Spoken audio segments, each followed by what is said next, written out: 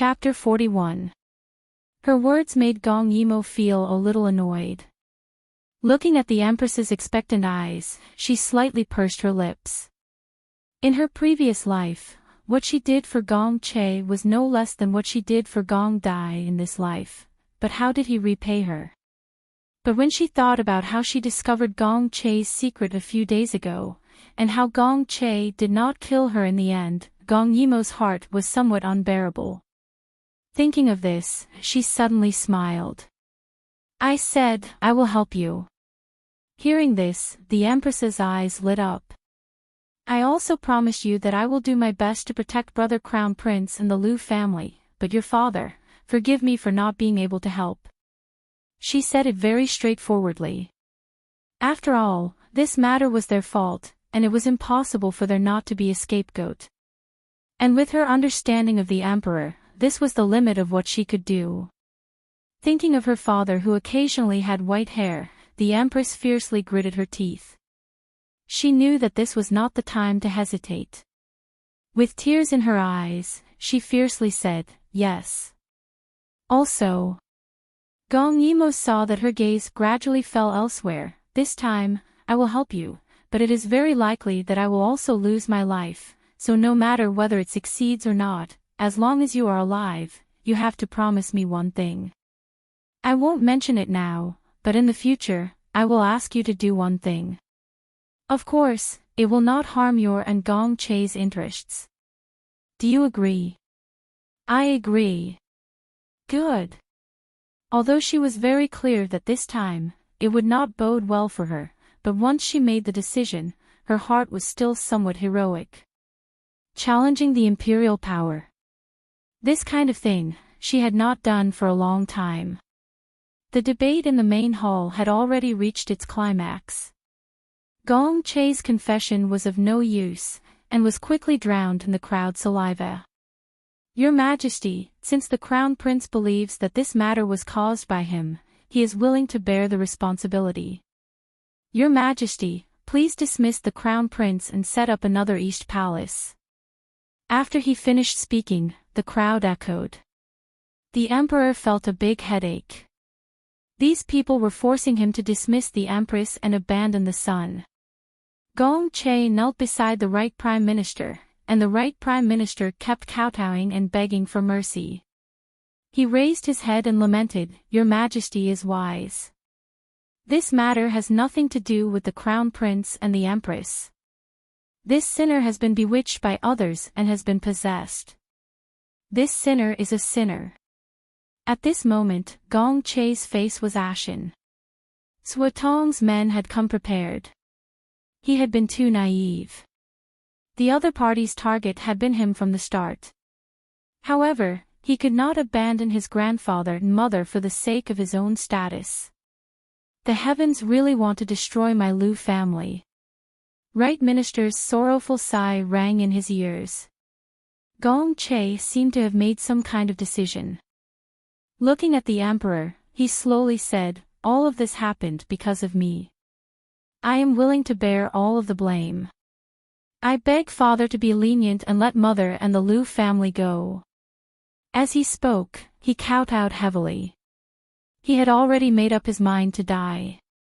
Because once he lost the position of Crown Prince, he would definitely die. However, if his death could save the Liu family, it would be worth it. However, for some reason, the moment Gong Che kowtowed, he thought of another pair of lively eyes. If she was here, would she be worried for him? Just as the discussion in the hall was getting heated up, a burst of brisk laughter sounded. Why is it so noisy? I heard it from afar. Hearing Gong Yimo's voice, Gong Che's expression changed. He didn't want Gong Yimo to come to help him.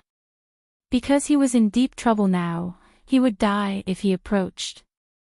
Gong Yimo indeed didn't even look at him and walked straight to the Emperor. When the Emperor saw her, his brows subconsciously relaxed. He angrily said, What are you doing here? Her appearance now wasn't a good thing. This wasn't the study room for discussion. Those red-eyed courtiers were attacking indiscriminately.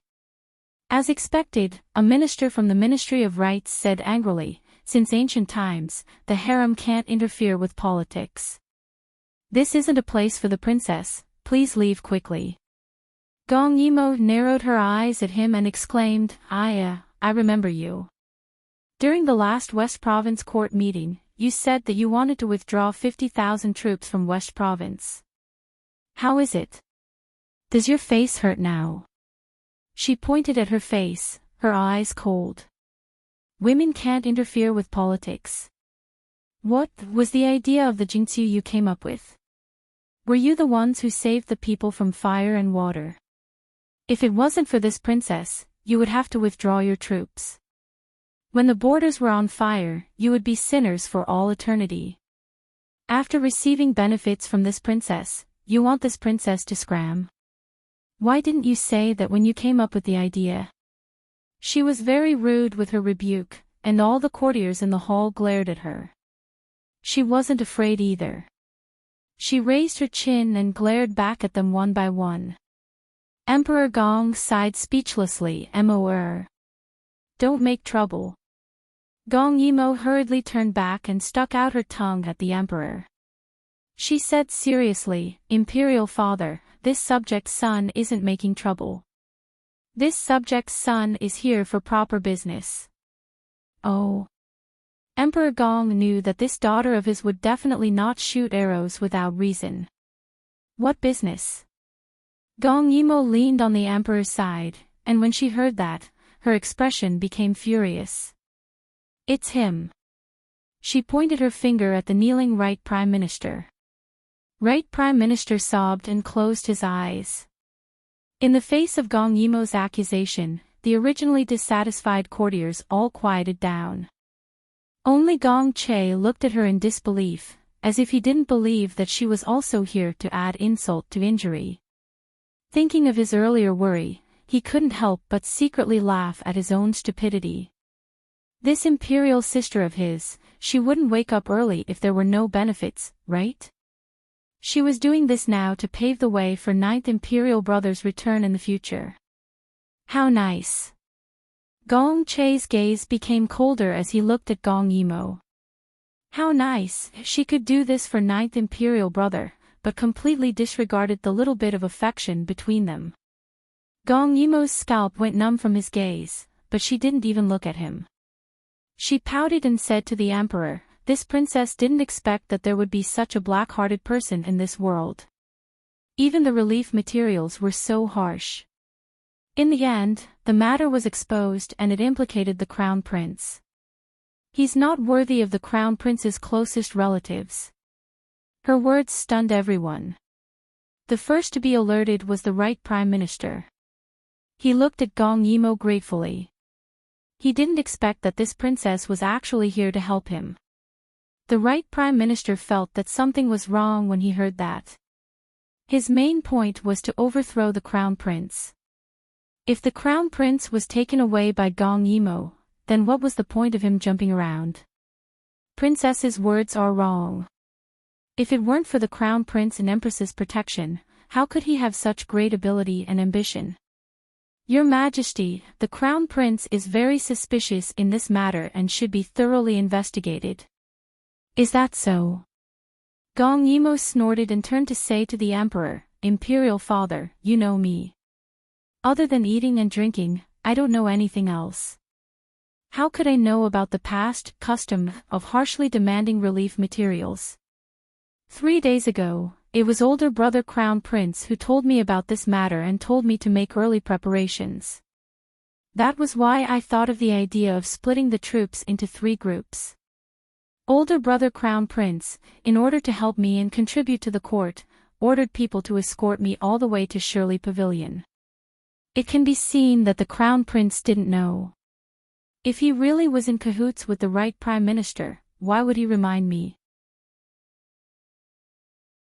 Chapter 42. Now, Brother Crown Prince is pleading for mercy because he cares about his family. Are you trying to smear his name? Gong Yimo glared at the officials as she spoke. Gong Che opened his mouth to refute. He could not watch his grandfather take the blame alone. How was he different from a beast? But just as he was about to speak, Gong Yimo glared at him. Brother Crown Prince is muddle-headed. Although the right Prime Minister is brother's closest kin, and I can understand Brother Crown Prince's concern. But Brother Crown Prince doesn't want mother anymore. You should know that when I came over just now, mother almost committed suicide. When Gong Che heard this, the hand by his side clenched tightly into a fist. Mother. Gong Yimo continued, luckily, I saved her in time. Otherwise, nothing would have happened. Someone sneered when they heard that the Empress wanted to commit suicide. This is because the matter was exposed and she wants to commit suicide. Your Majesty, please investigate. Gong Yimo glared at him when she heard this. Then, she hurriedly explained to the Emperor. Mother knew that this was the Liu family's doing. She felt guilty towards father, so she did this.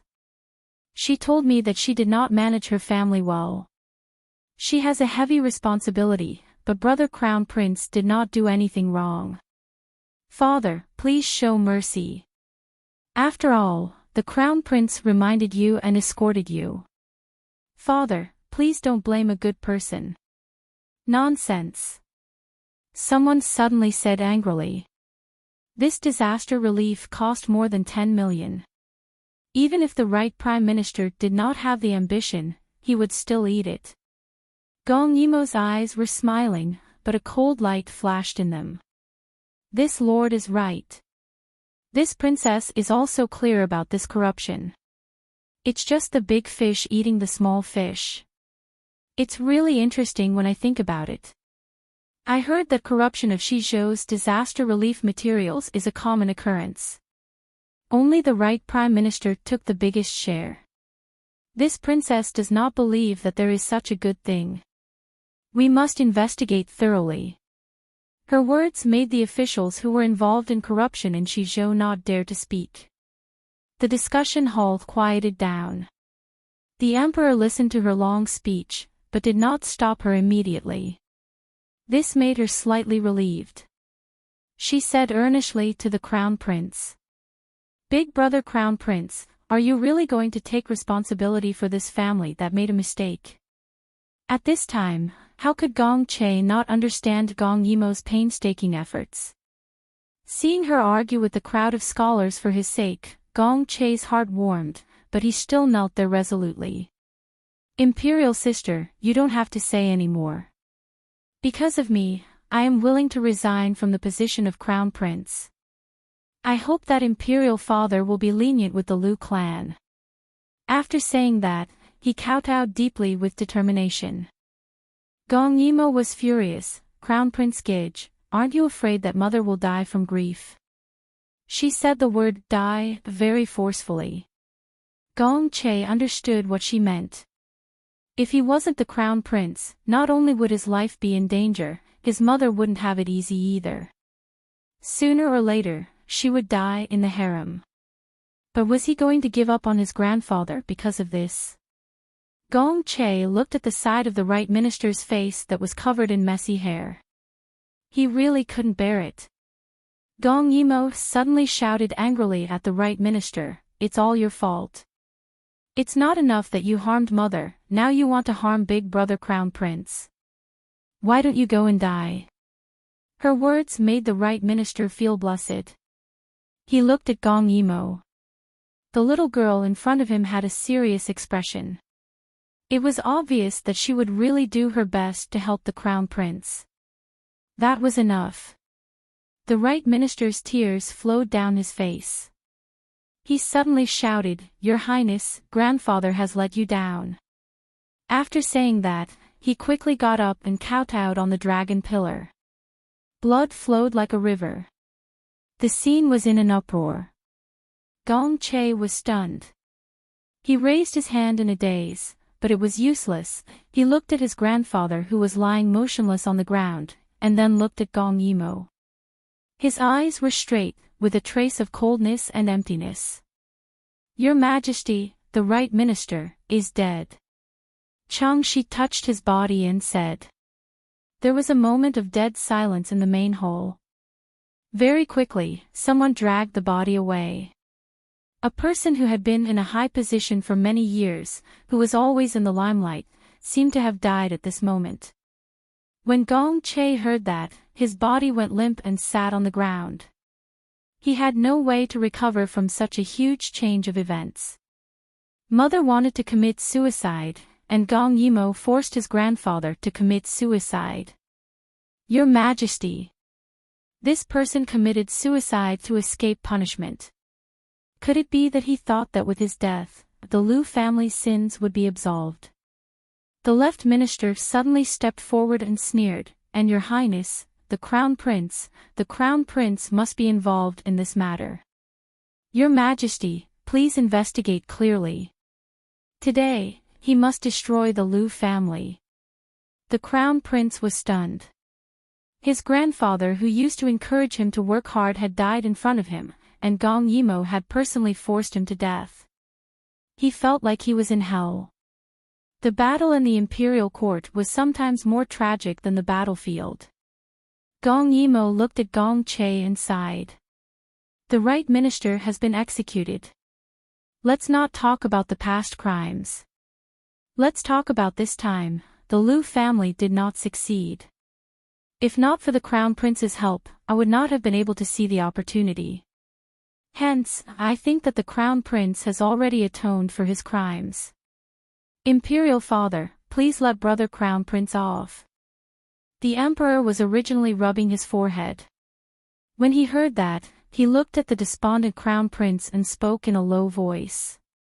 All right, the Crown Prince has atoned for his crimes. He has not done anything wrong. Send the Crown Prince back to the palace. Chang Shi accepted the order and quickly stepped forward. At this moment, Gong Che suddenly raised his head and looked coldly at the Emperor. Then, what about the Liu family? The evidence of the Liu family's crimes was conclusive. Was he still going to plead for mercy? As the Crown Prince, how could he be so unreasonable? Thinking of this, the Emperor was furious. Openly embezzling and using this as a pretext, the Liu family's crimes are unforgivable. When Gong Che heard this, he once again shook off Chang Shi's hand and deeply buried his head in the ground. His voice was choked with sobs. Imperial Father. This matter has not been settled. Moreover, I believe that the Liu family is not the repeat offender. I beg Imperial Father to investigate the truth and not rashly convict them. Give the Liu family justice. At this moment, someone from the Ministry of Rights laughed and said, Your Highness, the Crown Prince's words are interesting. Do we have to wait for the matter to be settled before we can punish them? The Liu family is a relative of the imperial family, yet they knowingly broke the law. They should be punished even more. His words made the Emperor's expression turn even uglier. He waved his hand. What are you waiting for? Send the Crown Prince back to the palace. Gong Yimo was anxious.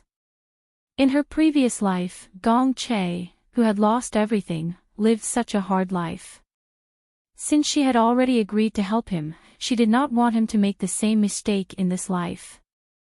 Therefore, she quickly knelt in front of the Emperor and said loudly, Imperial Father. Although they have all broken the law, depending on the severity of the case, they should be sentenced differently.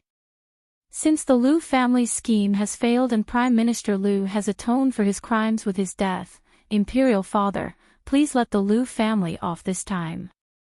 The Emperor was in a fit of anger. When he saw that Gong Yimo dared to go against his decision, he narrowed his eyes dangerously. Shut up. It seems that I have spoiled you too much. You actually dare to question my decision. The heavy pressure of the Emperor made Gong Yimo a little breathless. She understood that pleading for leniency would only make things worse. However, the words had already been spoken, and she could not take them back. She took a deep breath and forced herself to calm down. Imperial Father.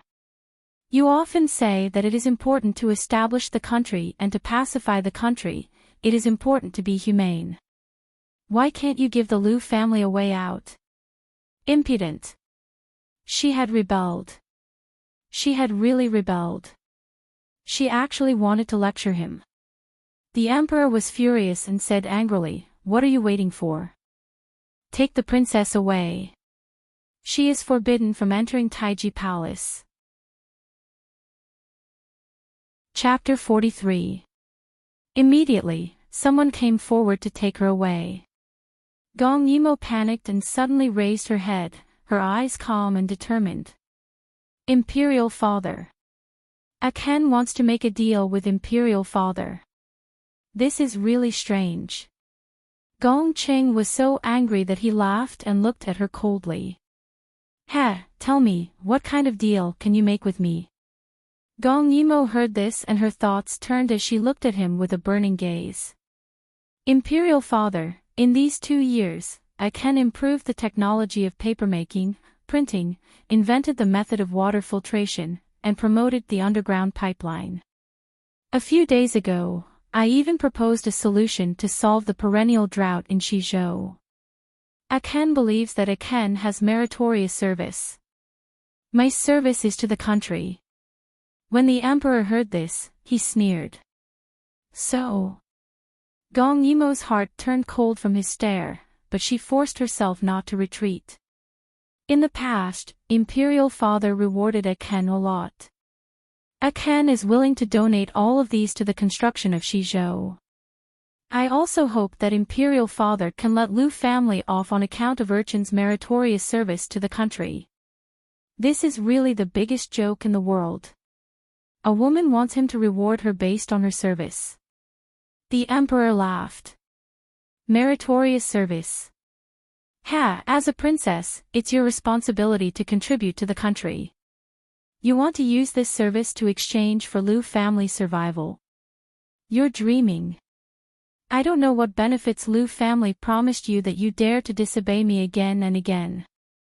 As he spoke, he suddenly slapped the dragon throne. The entire hall immediately fell silent. When the emperor is angry, blood flows like a river. But Gong Yimo was already riding a tiger and could not back down. She could only take a gamble. Imperial Father. Her heart trembled slightly, and her expression revealed a trace of sorrow.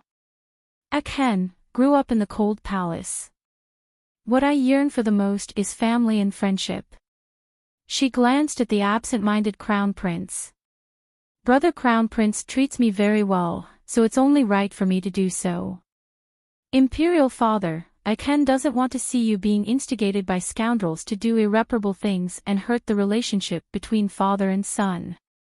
You're so supreme that punishment and forgiveness are all in your hands. I beg you to let Liu family off on account of our father-son relationship. Before she finished speaking, there was a bang. The short table beside the dragon throne was overturned by Gong Qing, and the teacups rolled all over the floor. Instigated. A father-son relationship. He looked at Gong Yimo coldly, his eyes filled with killing intent. What she meant was, if he killed the Liu family, would the crown prince still bear grudges against him? What a joke. As the emperor, what he hated the most was people going against his decisions time and time again. Especially when he was threatened. This was the emperor's reverse scale, and anyone who touched it would die. Very good, since you want us to let the Liu family go, fine. In that case, the Liu clan's crime will be borne by you. His words woke Gong Che from his reverie.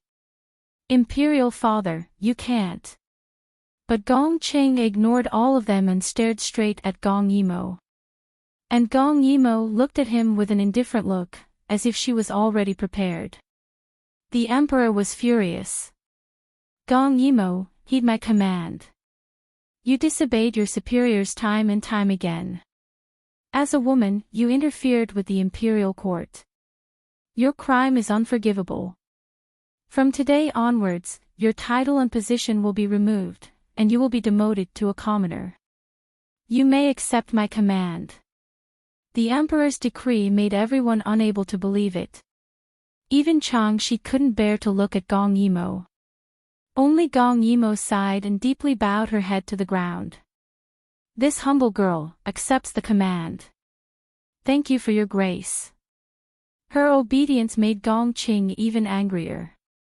He hurriedly stood up and strode out of the hole. Soon, someone came to take Gong Yimo away. Gong Che didn't even have a chance to speak to her. His whole body was in a daze. Why did she do this for him? Gong Che originally hated her. He hated her for forcing his grandfather to his death. But he knew in his heart that if she didn't do this, they wouldn't be able to escape today. But this time, Gong Yimo used everything in exchange for their narrow escape. Gong Che really couldn't imagine. She was only 12 years old. Even if she was intelligent, in the end, she didn't have any experience. Would she be deceived and destroyed? Without her family, where could she go alone? Thinking about it, his whole heart felt like it was soaked in vinegar, sour and unbearable.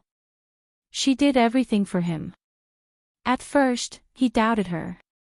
She took all the blame, but he couldn't even beg her. Gong Che fiercely hammered the table. He was useless, he was useless. Soon, the emperor's decree was issued everywhere. Not to mention what kind of storm it caused in the harem, the crown prince and the empress were only punished by being grounded. Raised high and gently put down, the schemer behind the scenes could be said to be gritting his teeth. After racking his brains, this was the result today. Gong Yimo, you're very good. Chapter 44. Sigh, riches and honor are like fleeting clouds to me. It's gone just like that. Gong Yimo was walking alone on the street. She was still wearing a plain palace dress. When she left, Changshi had given her money. However, in order to send a message to Jinshi of Gojoseon, she had used up all the money. Now, she was penniless and very depressed. All the shops under her name were paid by Jinshi of Gojoseon. She and Gong Dai managed them together. Therefore, she couldn't go to the shops now. She was afraid that someone would tell on her. Fortunately, she had people by Gong Dai's side. As long as she stopped the message from the shopkeepers, she and Jinshi of Gojoseon worked together. It shouldn't be a problem to hide it from Gong Dai, who was still on the road. Gong Emo wandered aimlessly as she pondered. She had wandered around countless times. The capital was prosperous, but in the end, it was too backward. Except for some beautifully made handicrafts, she really didn't care about the rest. Just as she was immersed in her thoughts, a horse galloped quickly toward her. The person riding on the horse was a young man in luxurious clothes. He looked arrogant and didn't slow down in the busy city. Fortunately, the road was wide enough. Otherwise, many people would have been injured. Gong Yimo shook her head and walked on. She didn't have time to care about this kind of thing. She was no longer a princess. Unfortunately, she didn't look for trouble, but trouble came looking for her. The young man in luxurious clothes was originally running well, but he suddenly looked at her, exclaimed in surprise, and stopped the horse. He was very handsome. Unlike Gong Dai's coldness and Gong Che's gentleness, his appearance was extremely dazzling and arrogant. His eyes were full of arrogance and unruliness. He seemed to be of high status, but Gong Yimo had never seen him before. Seeing him approaching, Gong Yimo looked left and right to confirm that he was looking at her. The young man sat on the horse and pinched his chin as he thought. You are the Chaoyang princess. The youth searched through his memories. He had seen her from afar. His memory had always been very good. After taking a closer look, he confirmed that it was indeed her. She didn't expect him to recognize her. She wondered if she could borrow some money from him. Gong Yimo was just about to smile when the other party snorted coldly. I almost forgot. What Chaoyang princess? She's just a commoner. He had just received the news today and did not expect to meet her.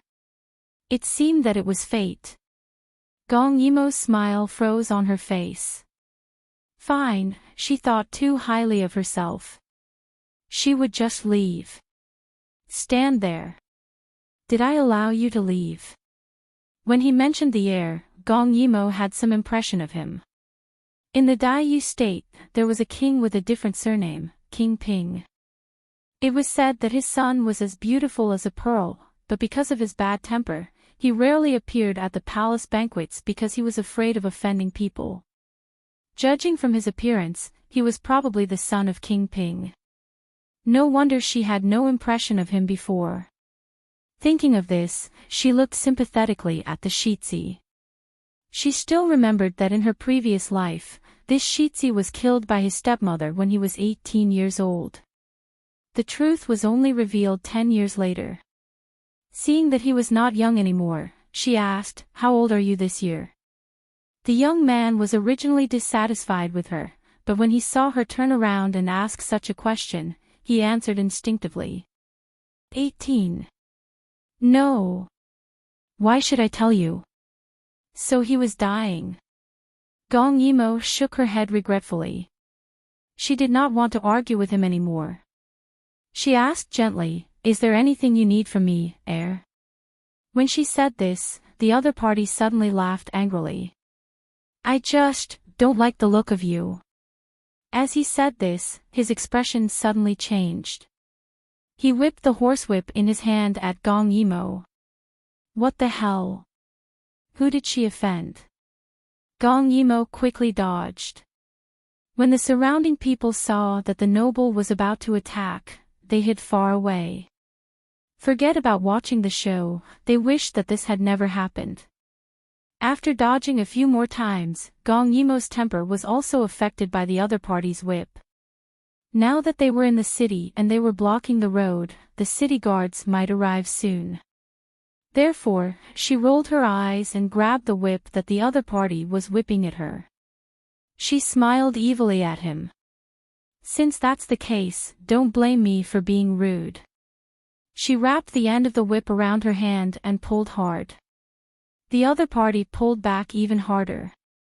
Using the recoil, Gong Yimo jumped onto the horse and sat behind the heir. She then turned the whip around and trapped the young man in it. Using his whip, she tied him up. As her martial arts skills were not on the same level, the young man was tied up by her before he could react.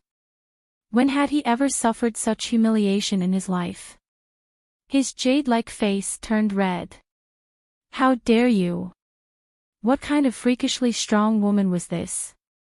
She was so powerful at such a young age. You'd better let go.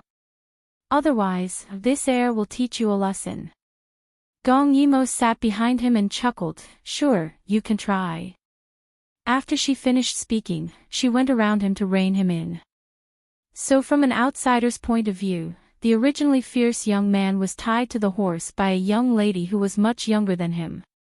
This position was really degenerating with each passing day. The crown prince also belatedly realized this and was so angry that his face turned purple. "Bastard! Let go of me, ugly woman. Do you want to die?"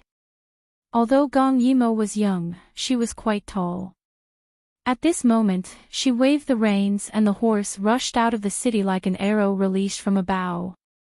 The young man's body involuntarily fell back and landed in Gong Yimo's arms. He was so ashamed that he wanted to die. He wished he could cut Gong Yimo into 8 pieces. However, Gong Yimo was very happy. She leaned against the other party's ear and giggled. "Go ahead and scold me. Scold me louder. Do you know how hot and charming you look when you scold me?" The young man was trying his best to straighten his body. When he heard this, he was so angry that his face was about to bleed. Before the heir could refute, the girl's voice rang clearly and maliciously in his ears again. By now, the whole city must know that the insufferably arrogant heir of King Ping can't even defeat a little girl. The heir's reputation has been completely destroyed. Just thinking about it makes me a little excited. Ah! Ugly woman. You shut up. When they passed through the city gates, the first person the guards saw was the heir and they quickly let them pass. They could not afford to offend this god of plague. However, as the horse galloped closer, the heir's shouts could be heard. Bastard! What are you doing? Hurry up and stop her. However, before he could finish speaking, the little girl behind him poked her head out and smiled at everyone. Thank you for opening the door. I'll bring the heir out of the city to play. Don't worry. The guards then realized that the heir was tied to the horse. They quickly said, go after her. You, and all of you, go to King Ping's residence and report this. No matter how flustered they were, Gong Yimo had already run far away with the young man. As the horse galloped, the wind that blew against her face made Gong Yimo extremely happy. The dejection that she had been feeling for the past few days was swept away. She felt that she was more suited to the world outside the palace. After the heir made a fuss for a while, he realized that there was nothing he could do. He stopped wasting his energy and glared fiercely at Gong Yimo. Seeing him like this, Gong Yimo's wicked sense of humor welled up in her heart. She suddenly looked at him and smiled. Little brother, if you continue to look at me like this, I'm going to kiss you. Her words caused the young man's eyes to widen. Then, his eyes filled with disdain and disbelief. How can there be such a shameless woman like you in this world? Gong Yimo was not angry. She never cared about what strangers thought. You don't know because your world is too narrow. At this time, the horse had already stopped. She pushed him off the horse and remained on the horse's back. She looked down at him and raised her eyebrows. You need to go out and see more. Then you will know that a girl like me. Her eyes moved slightly and her words changed. She laughed arrogantly, of course it's the only one in this world. The heir grimaced in pain from the fall. When he heard her arrogant and shameless words, he almost spat out a mouthful of blood. What a boastful woman. He swore for the 1000th time in his heart that he would definitely cut her into 8 pieces. At this time, he realized that they had unknowingly left the city far away.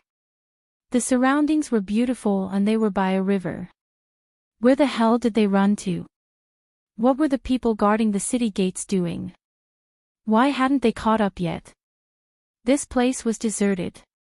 He wouldn't be killed and his body would he. Seeing that the heir who had been jumping around the whole way suddenly became quiet, Gong Yimo could tell that he still had not learned how to hide his uneasiness. She laughed, isn't it a bit late to be afraid now?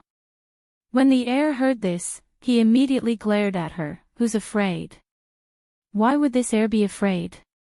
If you know what's good for you, quickly let me go. Otherwise, when the people who come to save me come, I'll teach you a lesson. Gong Yimo walked to the river and washed her hands. She completely ignored the other party's fierce roar behind her back. Looking at the clean water, it was still better in ancient times. Not to mention pollution, even the parasites were much less. What do you think? When she opened her mouth, the other party subconsciously closed his mouth. Gong Yimo squatted by the river and turned back with a grin. What do you think if I drown you in this water and escape on a horse, would it work? Chapter 45. She looked like she was smiling, but because of her young age, the coldness in her eyes was especially out of place, making one's hair stand on end. She really dared to do this. The crown prince, who was sitting on the ground, gulped.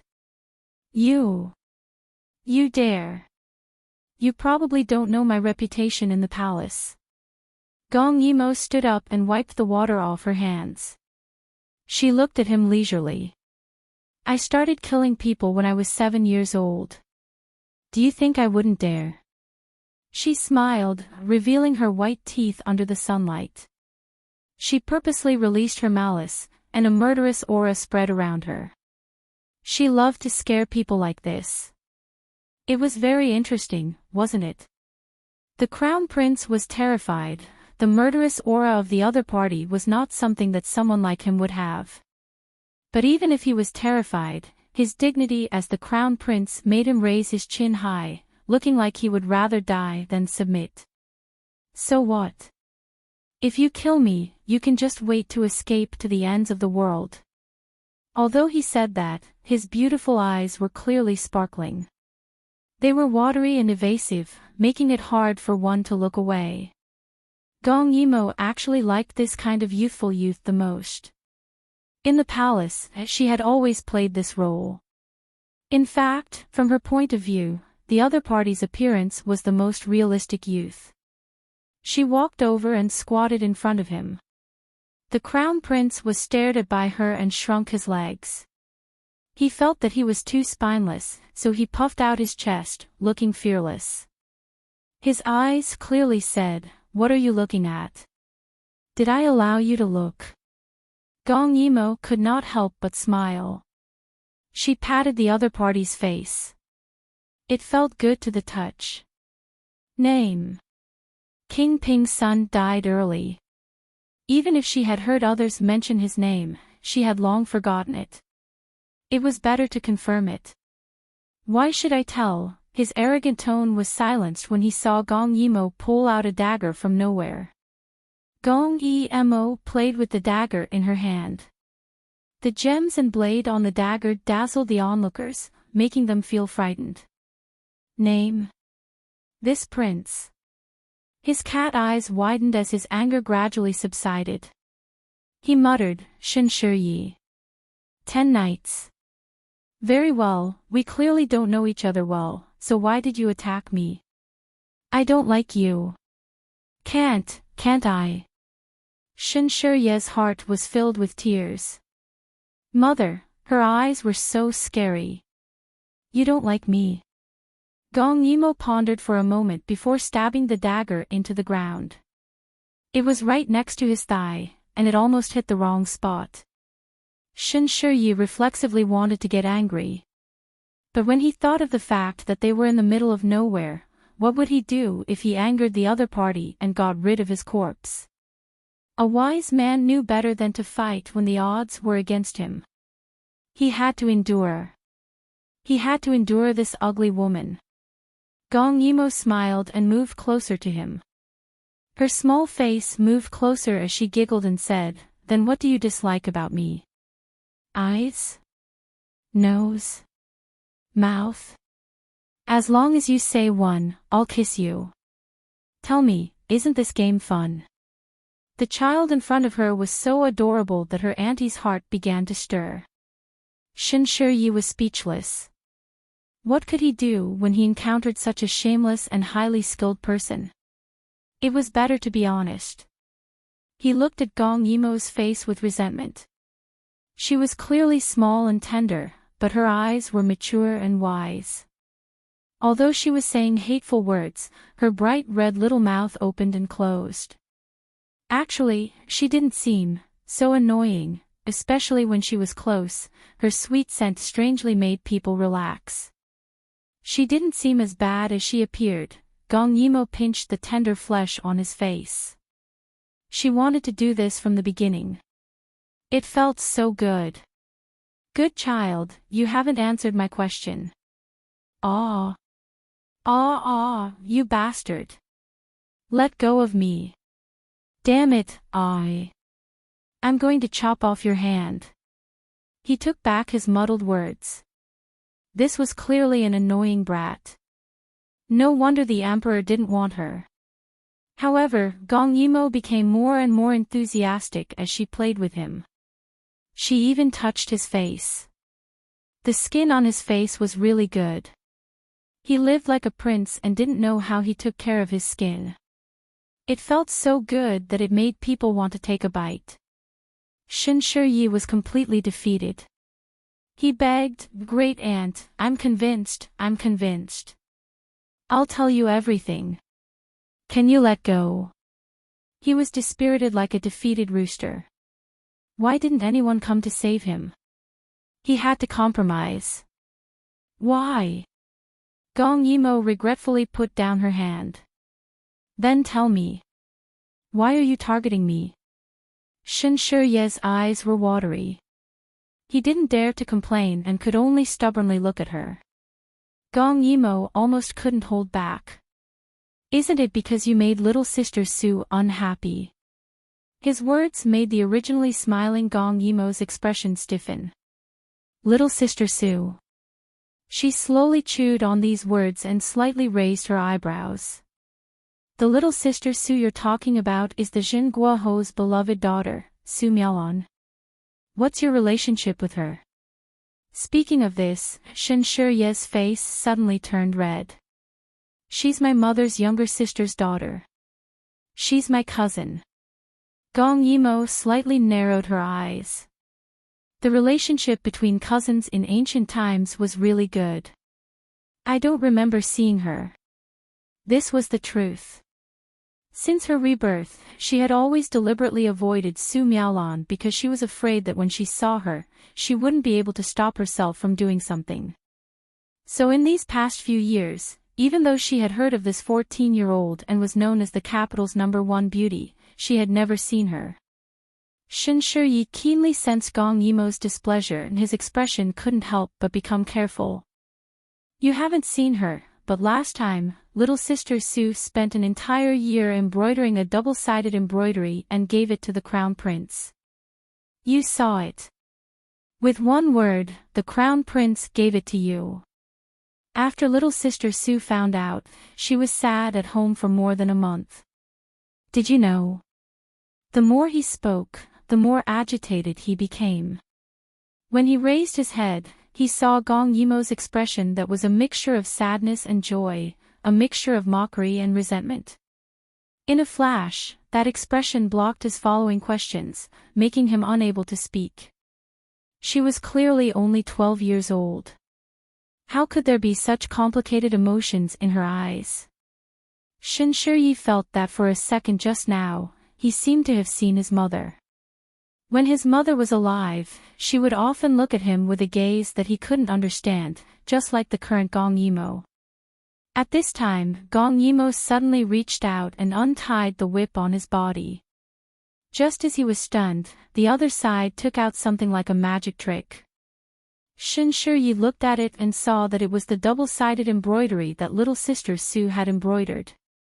Speaking of this, Gong Yimo somewhat laughed at herself. She had always kept some things that she thought were valuable in her space and this embroidery was one of them. But since it came from Su Miaolan, she didn't care for it. You're talking about this? She coldly smiled. I'll return it to you.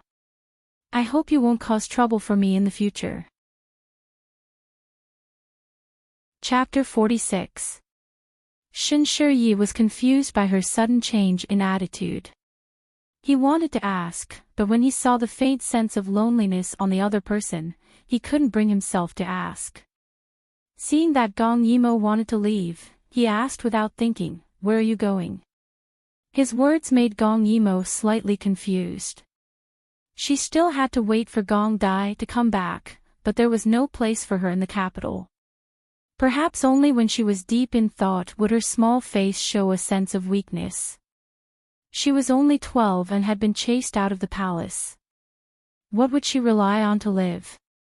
Shen Shiyi couldn't help but forget his previous hatred for her. He looked up at the sky and said in a small voice, "If you don't have a place to go. My mother left me a house." As soon as he finished speaking, he saw Gong Yimo turn her head to look at him and smile. Shen Shiyi's face immediately turned red. Don't misunderstand, this young master just saw that no one had cleaned it for a long time and wanted to find someone to clean it. His lie was really clumsy, but it made Gong Yimo's mood miraculously better. Is that so? Then it would be impolite for me to refuse. Not to mention that Gong Yimo was living in Shen Shiyi's house, thousands of li away. Gong Dai was looking at the black hair in his hand and a trace of a smile appeared on his face. He was still on the road. The west continent was too far away and the yellow sand and loneliness swirled on the road. It was already late and they set up camp. Soon, the smell of barbecued meat filled the air. He didn't know how Royal Sister was doing. Without him constantly watching over her, did she still not need to eat breakfast? That girl Axayan was very useless. How could Royal Sister hear her when she spoke so softly? Did she practice on time? The Imperial Palace was fraught with danger. What could she do if she was so tired? Gong Dai never knew that he was such a wishy-washy person. He laughed self-deprecatingly, but his eyes were full of gentleness. It turned out that missing someone was so sweet and bitter. He could only make himself busier so that he wouldn't indulge in it. Royal Sister, wait for me. Wait for me to become strong and return to your side. Only by becoming strong, no matter how strong, to the point where no one could stop him, would he no longer have to endure the pain of lovesickness. At this moment, he didn't know that the royal sister he missed so much had been demoted and was no longer a princess. Jinshi of Gojoseon, who was originally far away in the west continent, was overjoyed when he heard that his grandson was coming. However, a few days later, he received another letter via pigeon. Gong Yimo had been demoted. Judging from the princess's words, she was worried that the news of her demotion would spread to Gong Dai's ears and affect Gong Dai's mood. Therefore, she needed him to make arrangements in advance and help her hide it from Gong Dai. After all, Gong Dai would not think that something would happen as soon as he left the capital, and he would not suspect that the princess and herself were hiding something from him. Jinshi of Gojoseon burned the letter after reading it. After giving the order, he sighed and pulled his beard, not knowing what to do.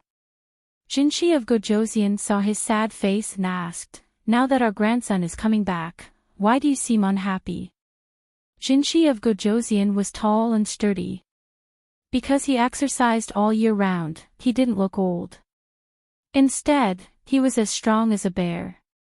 At this moment, he drank a big bowl of wine and seemed to be unsatisfied, so he raised the jar and drank another mouthful. "Sigh, isn't it all about the scheming in the capital? Her Royal Highness is too kind, but now she has fallen into it. We can't let that boy know about this. Otherwise, he will definitely turn around and return to the capital." As he spoke, he told the contents of the letter to his wife. Li Zhongshi was a soft-hearted person. When she heard it, she became worried. What should we do? Her Royal Highness is only 12 years old. How will she survive in the capital? Jinshi of Gojoseon sighed. I'm afraid that the people who were suppressed by Her Royal Highness will take the opportunity to take revenge. Otherwise, with her ability, I won't be worried. As he spoke, he comforted his wife. Don't worry. The princess is a person with great fortune. Just now, she said in the letter that she will take good care of herself. When has she ever disappointed us? On the other side, when Shen Shiyi arrived in the capital, he ignored the people who were looking for him and went straight to the Marquis residence the next day. However, he was a man outside and couldn't meet his cousin alone. Therefore, he asked to see his aunt and was accompanied by his aunt. Only then did he meet Su Miaoan. While Shen Shiyi was waiting, Su Miaoan's mother, Su Ru, was advising her with a serious face. Daughter, mother knows that you are thinking of the crown prince. But now that he has suffered such a great calamity, his status in front of the emperor has plummeted. Mother thinks that Shiyi is a good child. Not to mention that he is the legitimate heir to the throne, he is also good for you. Mother, you don't need to say anything about this matter. Your daughter has her own ideas. A gentle female voice floated over like a fairy's voice. When she lifted the curtain and saw that it was Shen Shiyi, she smiled at him. She was wearing a pink and blue tube dress that reached the ground and matched it with a white Confucian robe with a pale lotus flower pattern. Her hair was dotted with emerald green dots, each of which was precious and unique. Her outfit looked ordinary, but it was priceless. Shin Shi was stunned. This cousin of his was really beautiful and moving.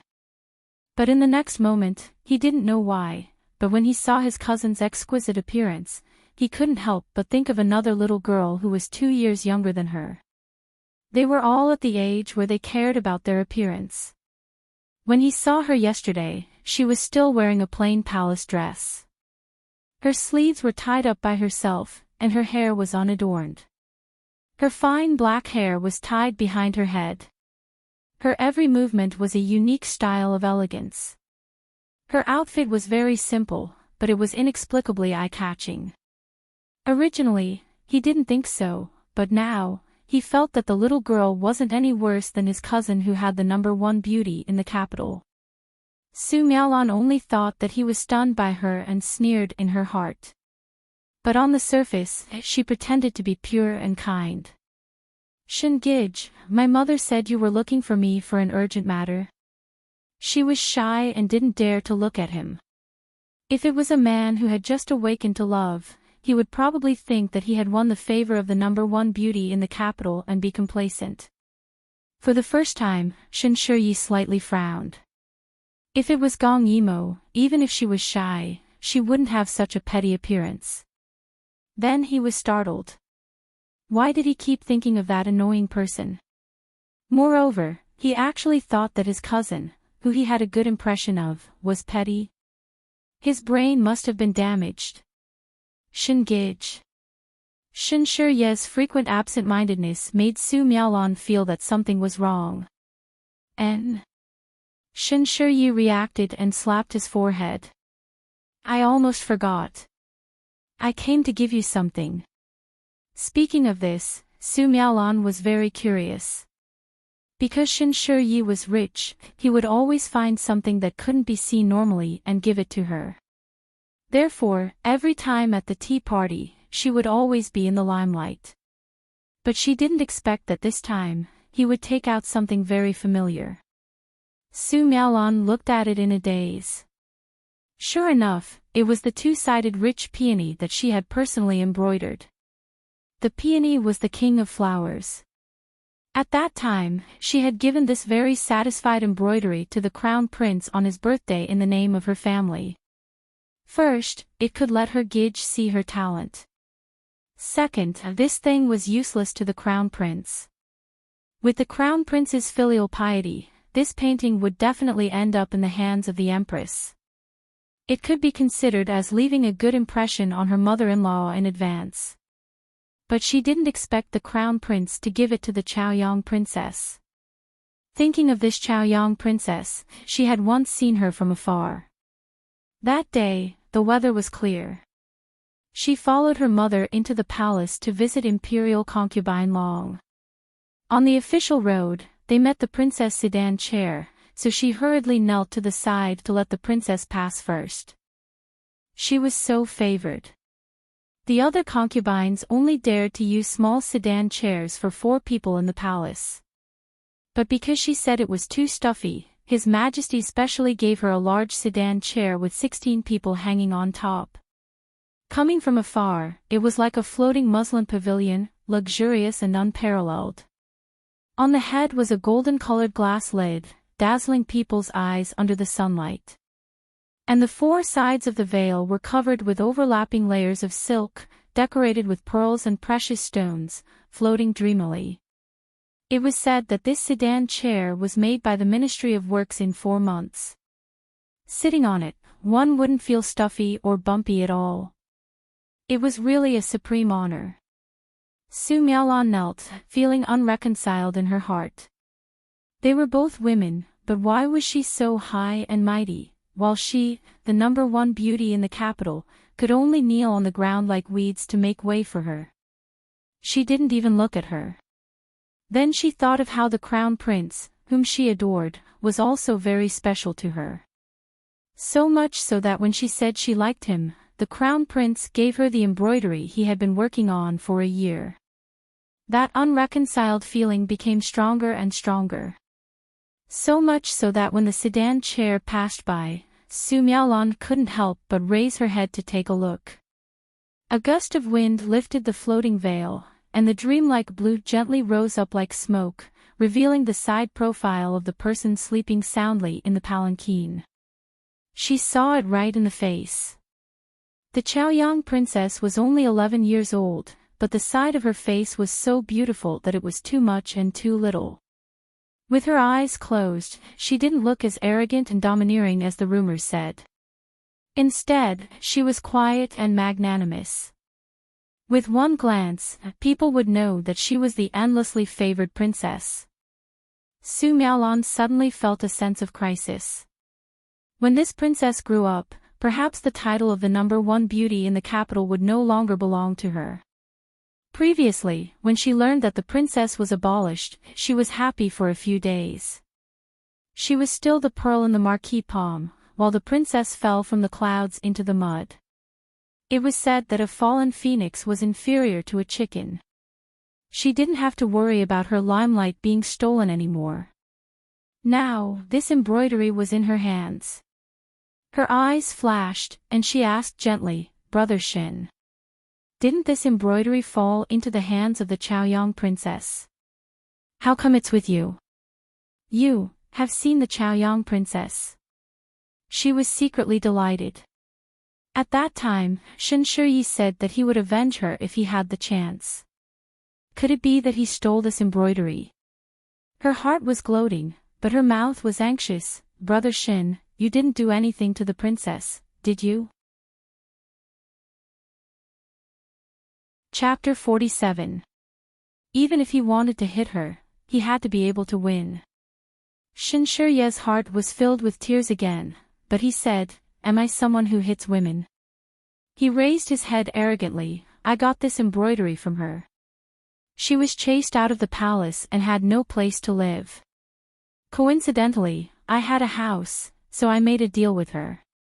His words made Su Miaolon feel pity, but when she thought that the former Chaoyang princess had to live under someone else's roof, she felt a lot better. "That's good." She seemed to be relieved. Her beautiful eyes blinked and suddenly showed a sympathetic expression.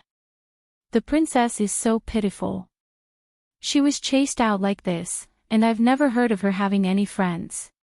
She must be lonely. Would Gong Yimo be lonely?"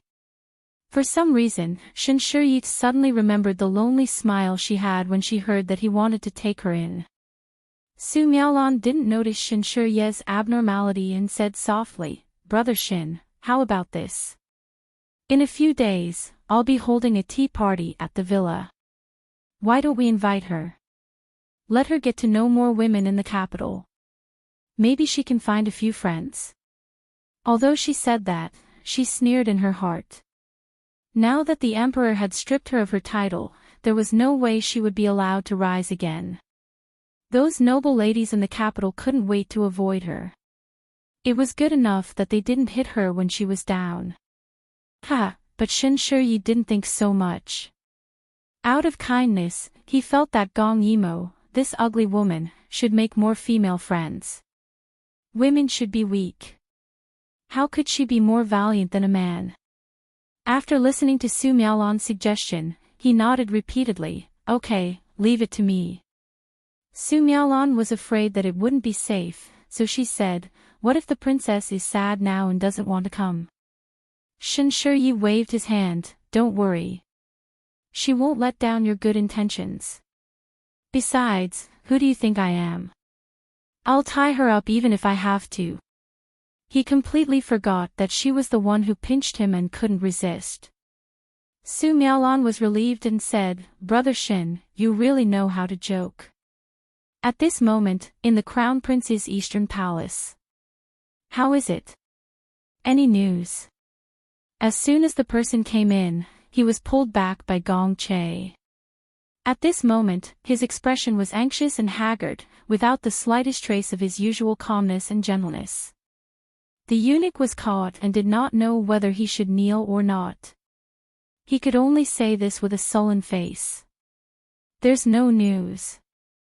Her Highness didn't seek refuge with anyone. I wonder if she went to one of the shops under her name." "That won't happen." Gong Che was very clear that to Gong Dai, Gong Yimo was everything, and Gong Yimo was also thinking about him in every possible way. This time, Gong Yimo had sent Gong Dai to his maternal family with great difficulty. She had also given him such a good opportunity to perform meritorious service. She was afraid that he would be distracted. She would definitely think of a way to hide this matter from Gong Dai. She had no subordinates, so she must have used people from Gong Dai's maternal family. Previously, there was also news that Gong Yimo had sent a letter to Jinshi of Gojoseon before leaving the palace. In order not to let Gong Dai know and worry, it was most likely that she was alone now. This knowledge made Gong Che's heart very sour. But it didn't matter. In a few days, it would be the day of the worship ceremony. His father would definitely lift his confinement. At that time, he would personally go to find her. On the other side, listening to Shen Shurye's words, Gong Yimo was silent for a while. Shen Shurye didn't dare to breathe. Previously, when he boasted in front of Sister Su, he belatedly remembered that Gong Yimo was not an ordinary woman. She was a girl who could subdue him in minutes and was more valiant than a man. However, he had already said it.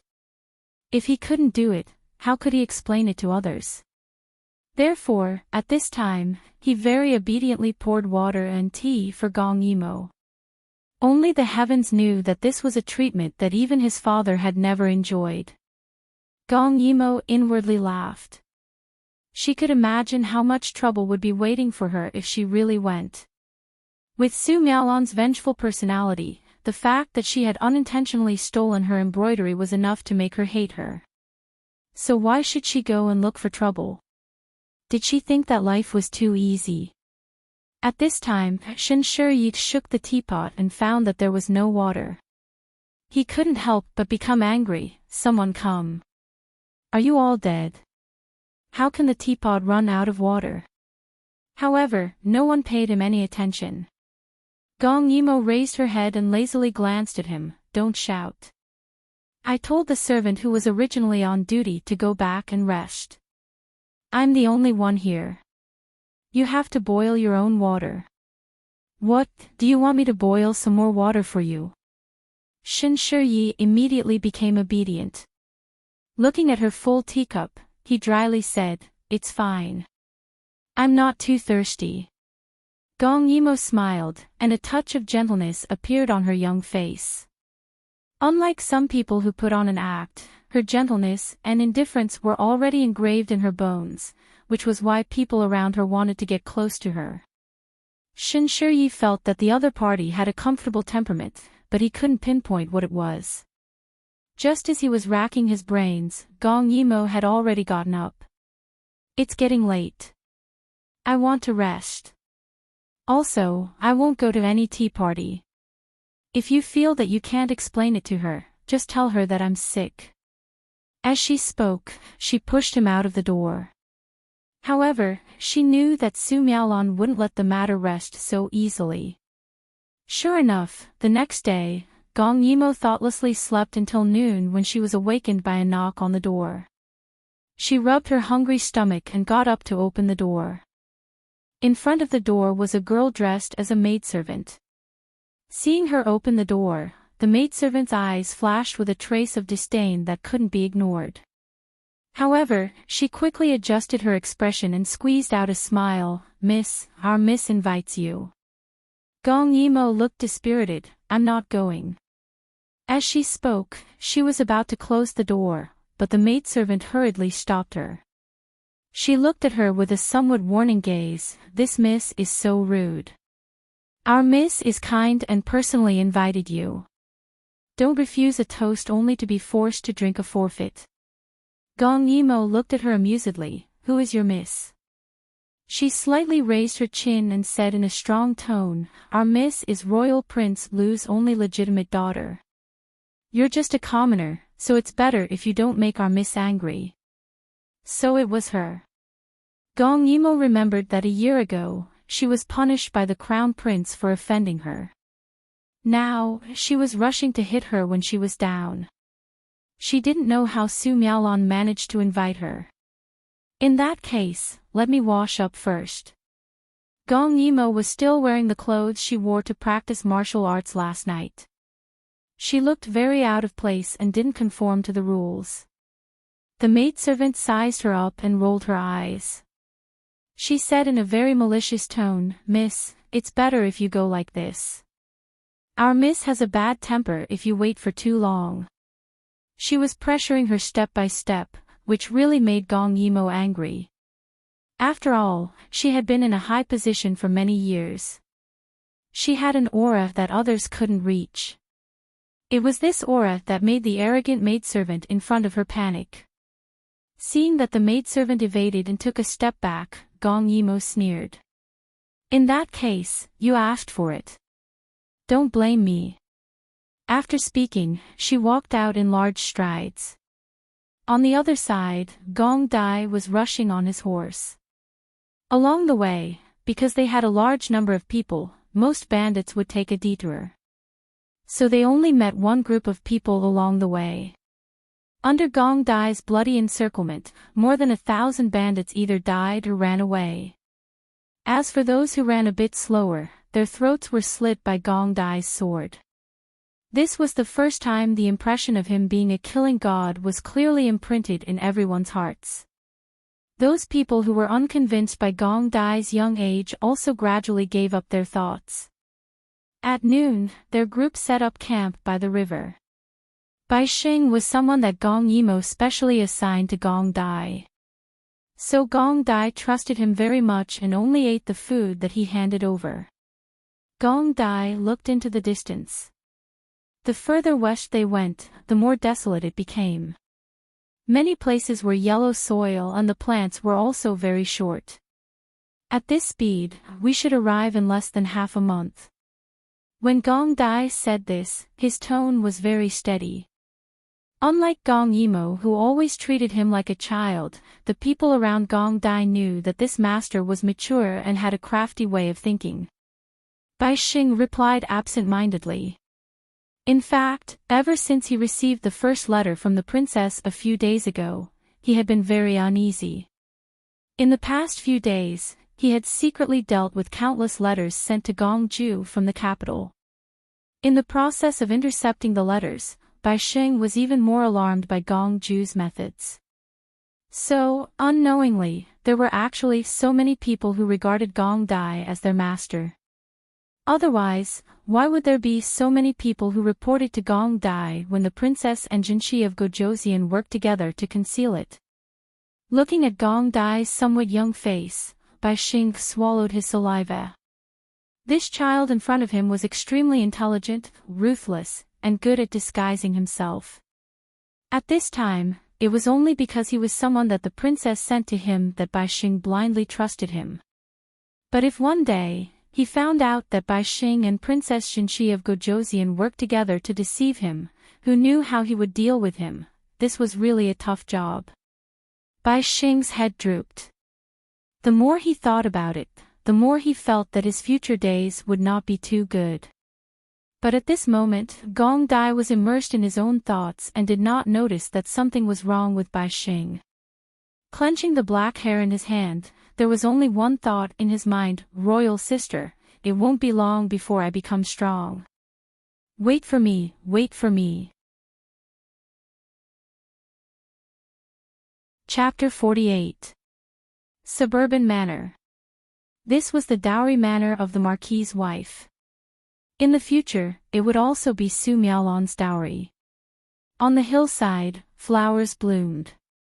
Many noble ladies sat on the ground. In front of them, there were some exquisite pastries. Not far away, in the rockery pavilion, there were some youths who were invited. Here, men and women were not strict. As long as they did not play together, it was fine. At this moment, a noble lady wearing 100 flowers embroidered dress whispered to the leading lady, "Eldest princess, I heard that Gong Yimo will also come today." Eldest Princess Gong Hanhua raised her slender eyebrows and snorted, "What is a commoner doing here?" Although she did not show it on her face, she was very worried. She did not want to see this royal sister who was very favored in the past. The noble lady wearing 100 flowers dress smiled. I heard that Su Miaolan used Lu Qingqing to force her to come. She looked at the eldest princess in front of her, who did not seem to notice anything and did not say anything else. In any case, she had already reminded her. If she could not think of anything else, she could not blame her. This eldest princess, although she had the title of eldest princess, was not favored. Moreover, she was almost 20 years old and had not been married. In this era, she was a leftover woman. At this moment, Gong Hanyue did not understand what Qin Ku meant. She could not figure it out, so she simply did not think about it. On the other side, a little girl wearing a pink dress pouted and asked, "Sister Su, you are too kind. Why did you invite her? She's so annoying. She even stole the embroidery that you've been working on for a year. You should just let her fend for herself." Su Miaolan covered her mouth and smiled. "Don't say that. The Chaoyang princess is already pitiful enough." "What Chaoyang princess? She is not." The young girl raised her eyebrows. "Don't be afraid. I, as well as she, will definitely get justice for you." At this time, Lu Qingqing arrived with a voice announcing her arrival. She walked in front with her head held high. She was wearing a cloud satin that was hard to get even with 1,000 gold coins. Her hair was combed into a horse bun that was the most popular in the capital at this time. Her hair swayed with her pace as she walked. She looked very charming. However, when people saw her, they all hurriedly passed by her and looked behind her. It couldn't be helped. The Chaoyang princess was too mysterious. Whether it was her comeback from the cold palace or the 2 years she had dominated the harem, she rarely appeared in front of people. All the family members present knew that Gong Yimo was also coming, so they all warned them not to go against her.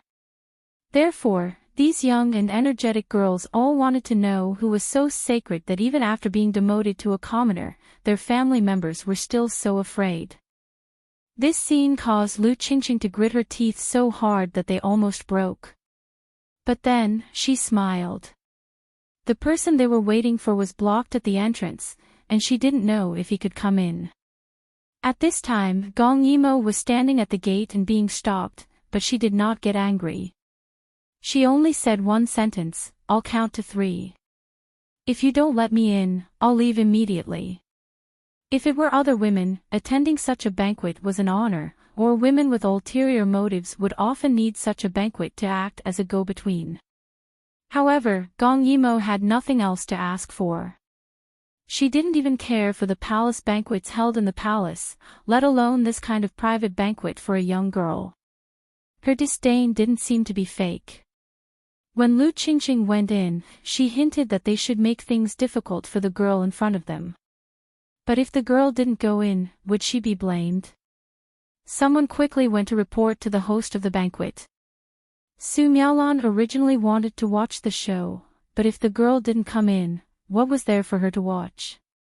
Therefore, she ignored the objections of others and personally came out to greet the girl. Gong Yimo coldly looked at her familiar face, smiled coldly, and walked straight in. A commoner who once suppressed everyone, was led in by Su Miaolan like this. It was undoubtedly like roasting her on fire. Su Miaolan's intentions were very vicious. But, what did it matter? Chapter 49. Yo, I was wondering who it was that needed Big Sister Su to personally welcome them. So it's the famous Chaoyang princess. So she was the first to jump out. She covered her mouth and laughed. I almost forgot. What Chaoyang princess? There's only commoner Gong Yimo. As soon as Gong Yimo came in, she received the hostile gazes of many girls among the flowers on the hillside. Hearing Swishi's words, she wasn't angry. She just found a place to sit down. She wanted to see what these girls could do to her. Seeing Gong Yimo ignore them, Su Miaolan, who was standing beside her, became very anxious. She blinked her almond eyes and frowned. She's a guest. How can you be rude to little sister Gong? That's right, Gong Yimo should be the youngest person here. She was depressed. What kind of little sister is she? Everyone heard this and waited for Gong Yimo to fight back. Even Su Miaolon was waiting for her to make a mistake. However, Gong Yimo didn't seem to feel their gazes. She looked around and raised her eyebrows. Didn't you say it was a tea party? Where are the snacks? Where's the wine? Su Miaolon, you didn't invite me to sit here and do nothing, right? Su Miaolon was as impolite as ever. When she heard Su Miaolon call her by her maiden name in a commanding tone, she froze in place. By the time she reacted, the humiliation of the past had once again surged forth. Her large eyes were instantly filled with tears, but she still forced a smile and gritted her teeth. It's my fault. Little sister Gong, please wait a moment. Su Miaolon's appearance made Shi burn with anger. She slammed the short table in front of her and angrily said, "Who do you think you are? How dare you order your big sister around like this? Everyone here is 1,000 times nobler than you. It's fine if you don't kneel down, but you still want to eat and drink? Pay! You really have no manners." Shi's voice was very loud. Even the girls who were admiring the flowers in the distance turned their heads. Qin Ku supported the eldest princess and slightly frowned, listening to the commotion. It should be her. Her. Gong Hanyue stared blankly for a moment, thinking for a few seconds before reacting. She raised her slender eyebrows, eyes flashing with a trace of bad intentions. In that case, let's also go and have a look. Qin Ku sighed helplessly and could only agree. Gong Yimo saw that Shi was angry and seemed to be stunned. She suddenly touched her face and smiled heartlessly. Did I say something wrong? She turned her head and looked at Su Miaolon, who looked as if she was about to cry. With a look of disgust, she said, "You're the one who urged me time and time again, saying that you wanted to invite me over for tea and wine. Now you're standing here without moving. Do you want to continue watching the show? Then why are you standing here looking like you're about to cry? Don't tell me you just said that to act pitiful." Her words made Su Miaolon's face turn pale. Originally, she had done this to let others target Gong Yimo. She was happy to watch the show. But now she was directly saying that she was acting pitiful, using others as a tool while she watched the show. These words were very hurtful. She quickly waved her hand, "Little sister Gong. I didn't." She didn't finish speaking, but her trembling appearance made the hearts of women ache. Shi pulled her behind him and angrily said, "Bastard. Didn't you hear what this miss said? Kneel down. Kowtow to all the girls here who are higher ranked than you. This is the basic etiquette you should know as a lowly person." Gong Yimo acted like she didn't see the other side's aggressiveness. She looked around and saw that the girls around her were either standing or sitting in groups of 2s and 3s. Without knowing why, everyone felt a chill in their hearts when they saw her casually smiling. Some of them had seen Gong Yimo before and some of them had been warned by their families not to provoke her. They were all a bit afraid now. "Do you also want me to bow to you?" Her voice was calm. Although she was young, the aura she exuded made people tremble with fear. She thought that the others would definitely agree with her words and embarrass Gong Yimo, but they were intimidated by Gong Yimo's gaze and didn't dare to raise their heads to respond. Gong Yimo then looked at Shi and suddenly laughed. "Do you know why they are afraid of me?" She sat lazily and pointed at the people around her. She was calm and didn't seem to care at all. Shi was confused. She didn't know why, but she suddenly felt that the young girl sitting on the ground in front of her had the indescribable style of her grandfather who was a general. So she answered in a daze. "Why? Gong Yimo raised her head and smiled. That smile was very dazzling under the sunlight. Because when I was 10 years old, I killed 13 assassins in front of the harem's women and ministers. Little sister, have you killed anyone before? When she said the last few words, she glanced at her gloomily. The murderous and indifferent look in her eyes made Swashi's legs go soft and she sat on the ground. She retreated in such a sorry state, but no one dared to laugh at her. Gong Yimo just looked down at her and smiled faintly. You are so afraid of a commoner. What qualifications do you have to make me bow to you? When Swashi heard her words, she was very unwilling to accept it. But when she raised her head, she saw the pity, coldness, and murderous look in the other's eyes. It was just a quick glance, but it made Swashi feel like she was scratched by something sharp. She let out a small cry of surprise. Someone's eyes could be so terrifying. When she fell down, Su Miaolan, who was hiding behind her with a face full of resentment, was exposed. When no one was paying attention, she fiercely glared at Swashi, who was still in a daze. What a waste. She was usually so arrogant, but she was scared by a few words. Originally, she only wanted to ruthlessly humiliate Gong Yimo. She didn't expect that even a commoner like Gong Yimo would be so difficult to deal with. Her hand clenched into a fist and she almost broke her teeth. Gong Yimo looked at Su Miaolan's twisted face and felt a burst of pleasure. She liked to see these people who couldn't stand her but couldn't kill her. She doesn't have the qualifications, but does this consort have the qualifications? Chapter 50. A high-pitched female voice called out. The noble lady, who was about to walk away, heard this sentence and looked over. She didn't know when, but Gong Hanyu had walked over. Her pair of slender eyes looked at Gong Emo and sneered. It seems like you've forgotten that you're no longer a princess, but rather a commoner. When Gong Hanyu said this, her chin was raised high.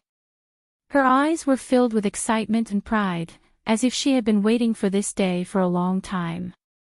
This was truly great. Thinking of how high up she was in the past.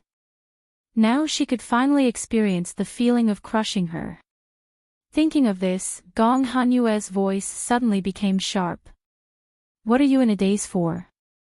Why aren't you rolling over here and kneeling? Could it be you want to look down on imperial power? I'm not as easy to talk to as my father emperor. Her words were filled with arrogance and the hidden threat in her words made Gong Yimo narrow her eyes to look at her. Seeing her like this, Qin Koer, who was behind Gong Hanyue, quietly moved back a bit, not standing together with Gong Hanyue. So it's the eldest princess. Gong Yimo sighed. Her royal sister was flat-chested and brainless. No wonder she hadn't married at this age, there was a reason. Fine. She finally stood up and walked over to her. Seeing her like this, many noble ladies secretly thought that Gong Yimo should be about to give in. Would she really kneel? The wind slightly fluttered Gong Yimo's white exercise clothes. As she stood up, her trousers outlined her long, straight legs. Her steady steps were like a leisurely stroll, but her whole body revealed a noble and domineering aura. Many people's minds simultaneously flashed with the thought that she was far more like a princess than the eldest princess Gong Hanyue. Seeing her gradually approach, the eldest princess actually took a step back in fear. But thinking of the other party's status, she slightly stuck out her chest and shouted. Still not kneeling. In the end, she was still a princess, so her angry shout was quite powerful. It made many noble ladies' legs go soft. However, Gong Yimo still looked over her like nothing had happened. She had a smile that wasn't a smile on her face. Eldest princess, did you forget? Although His Majesty stripped me of my title, His Majesty once said that I have the right to not bow to anyone. What, could it be that your Majesty has also deprived me of this?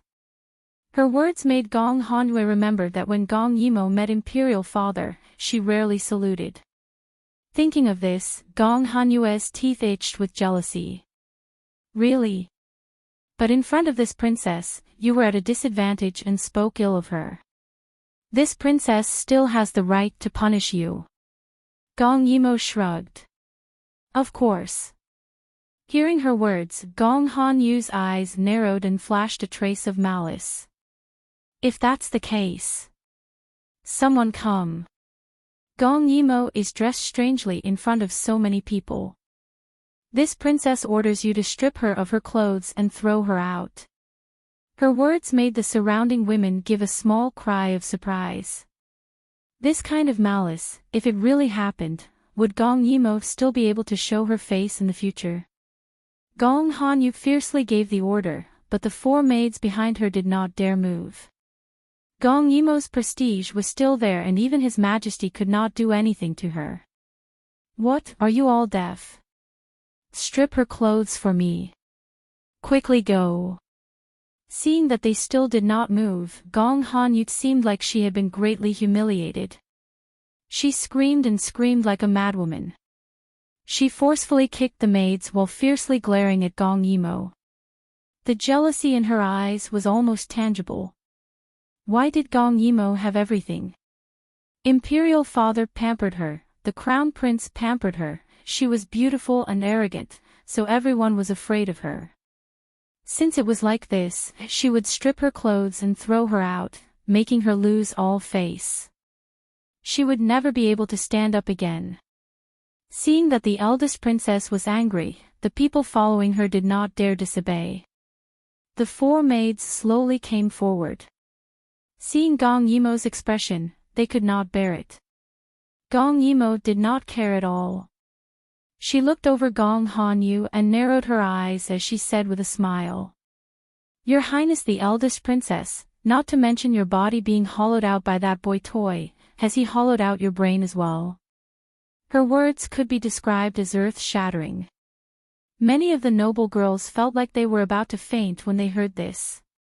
Gong Yimo then said, I have martial arts and you want to subdue me with just a few maids. Isn't that a bit too whimsical?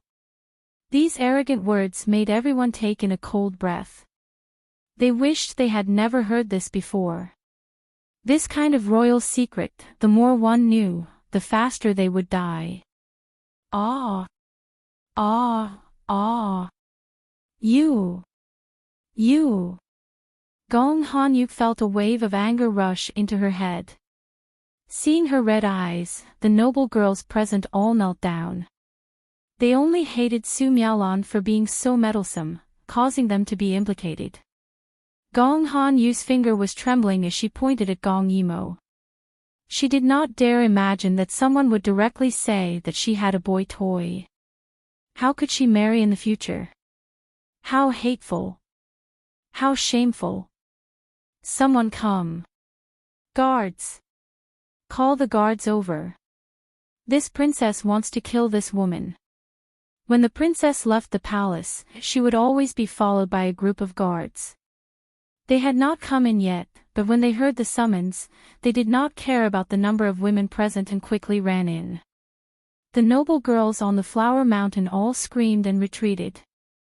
Their movements also alarmed the proud sons of the capital in the pavilion by the lake and they all rushed over.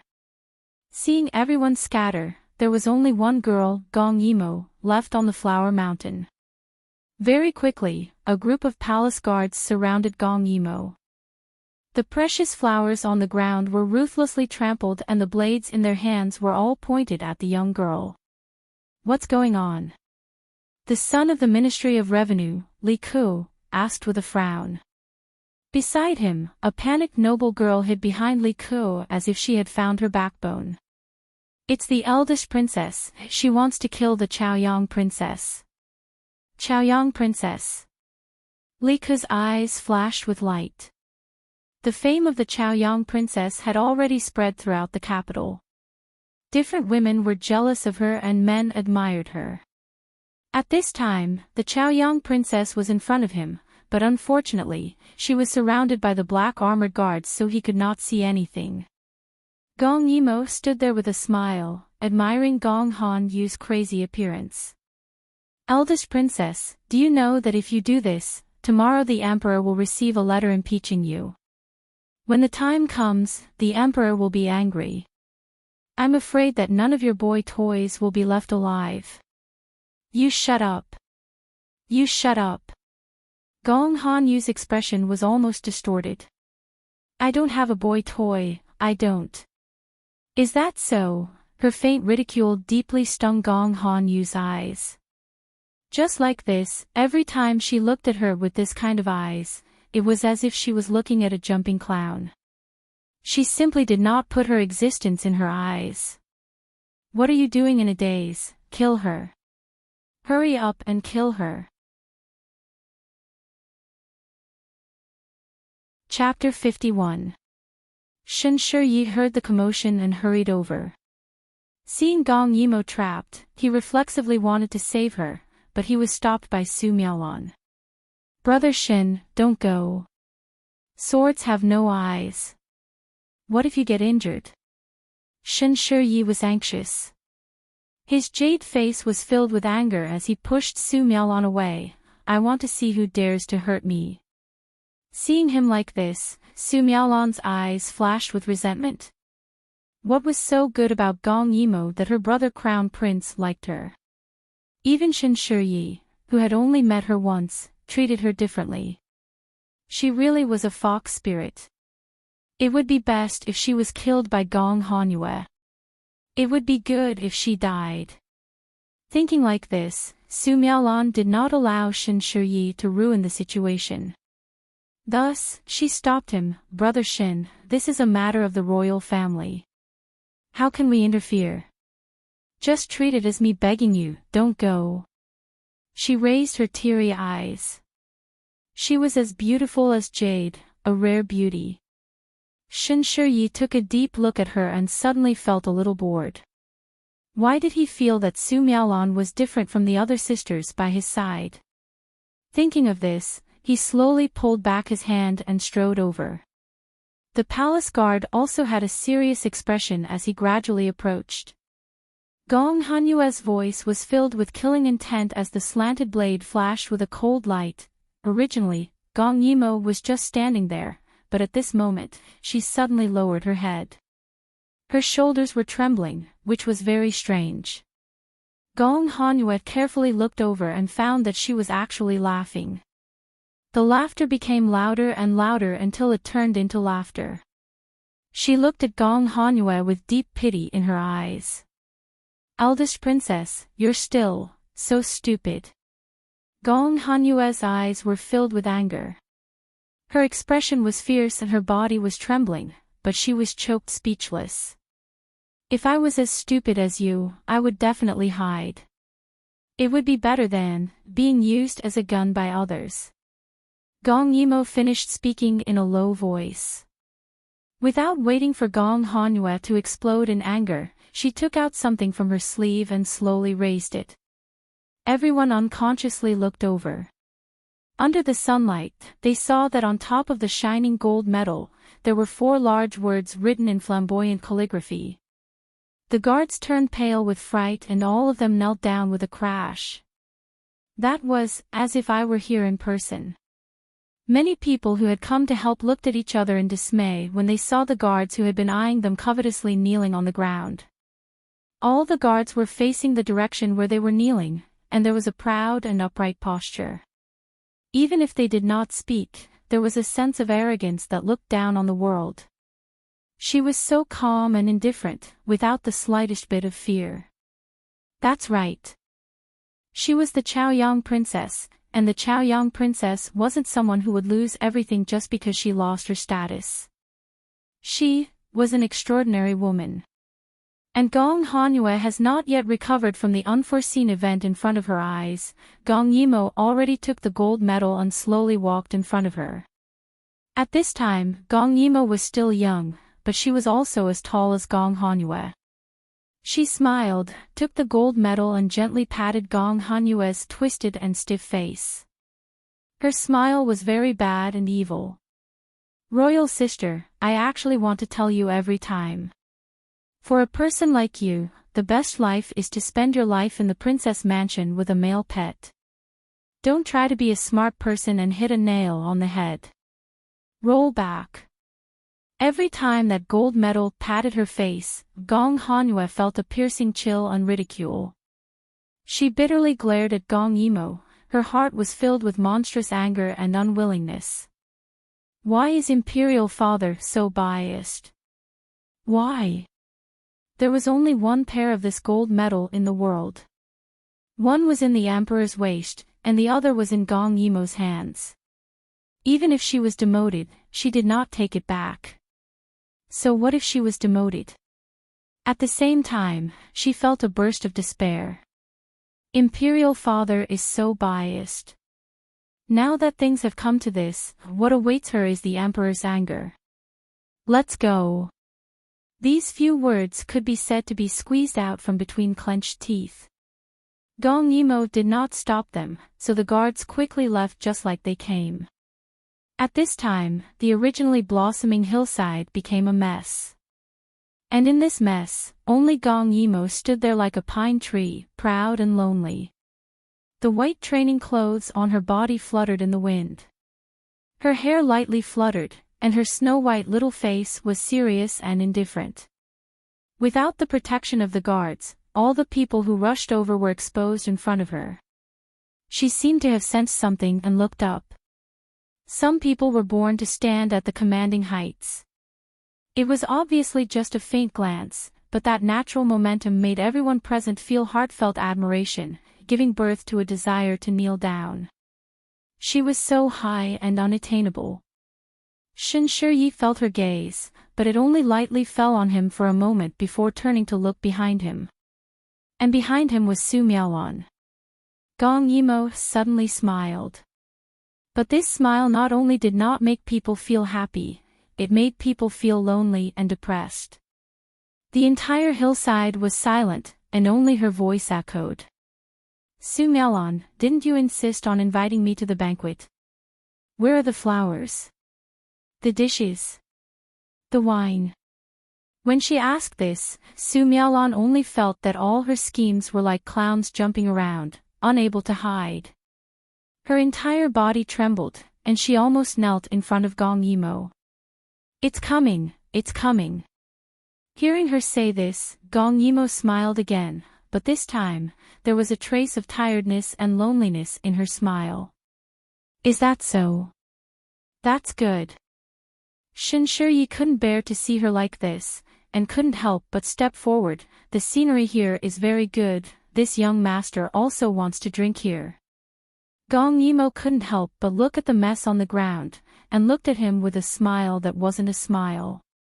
He felt awkward being looked at, so he simply said to the group of scoundrels behind him, Su Yuan, Yu Ziqing. You're all dead. Come and drink. The eyes of the two people who were called out lit up.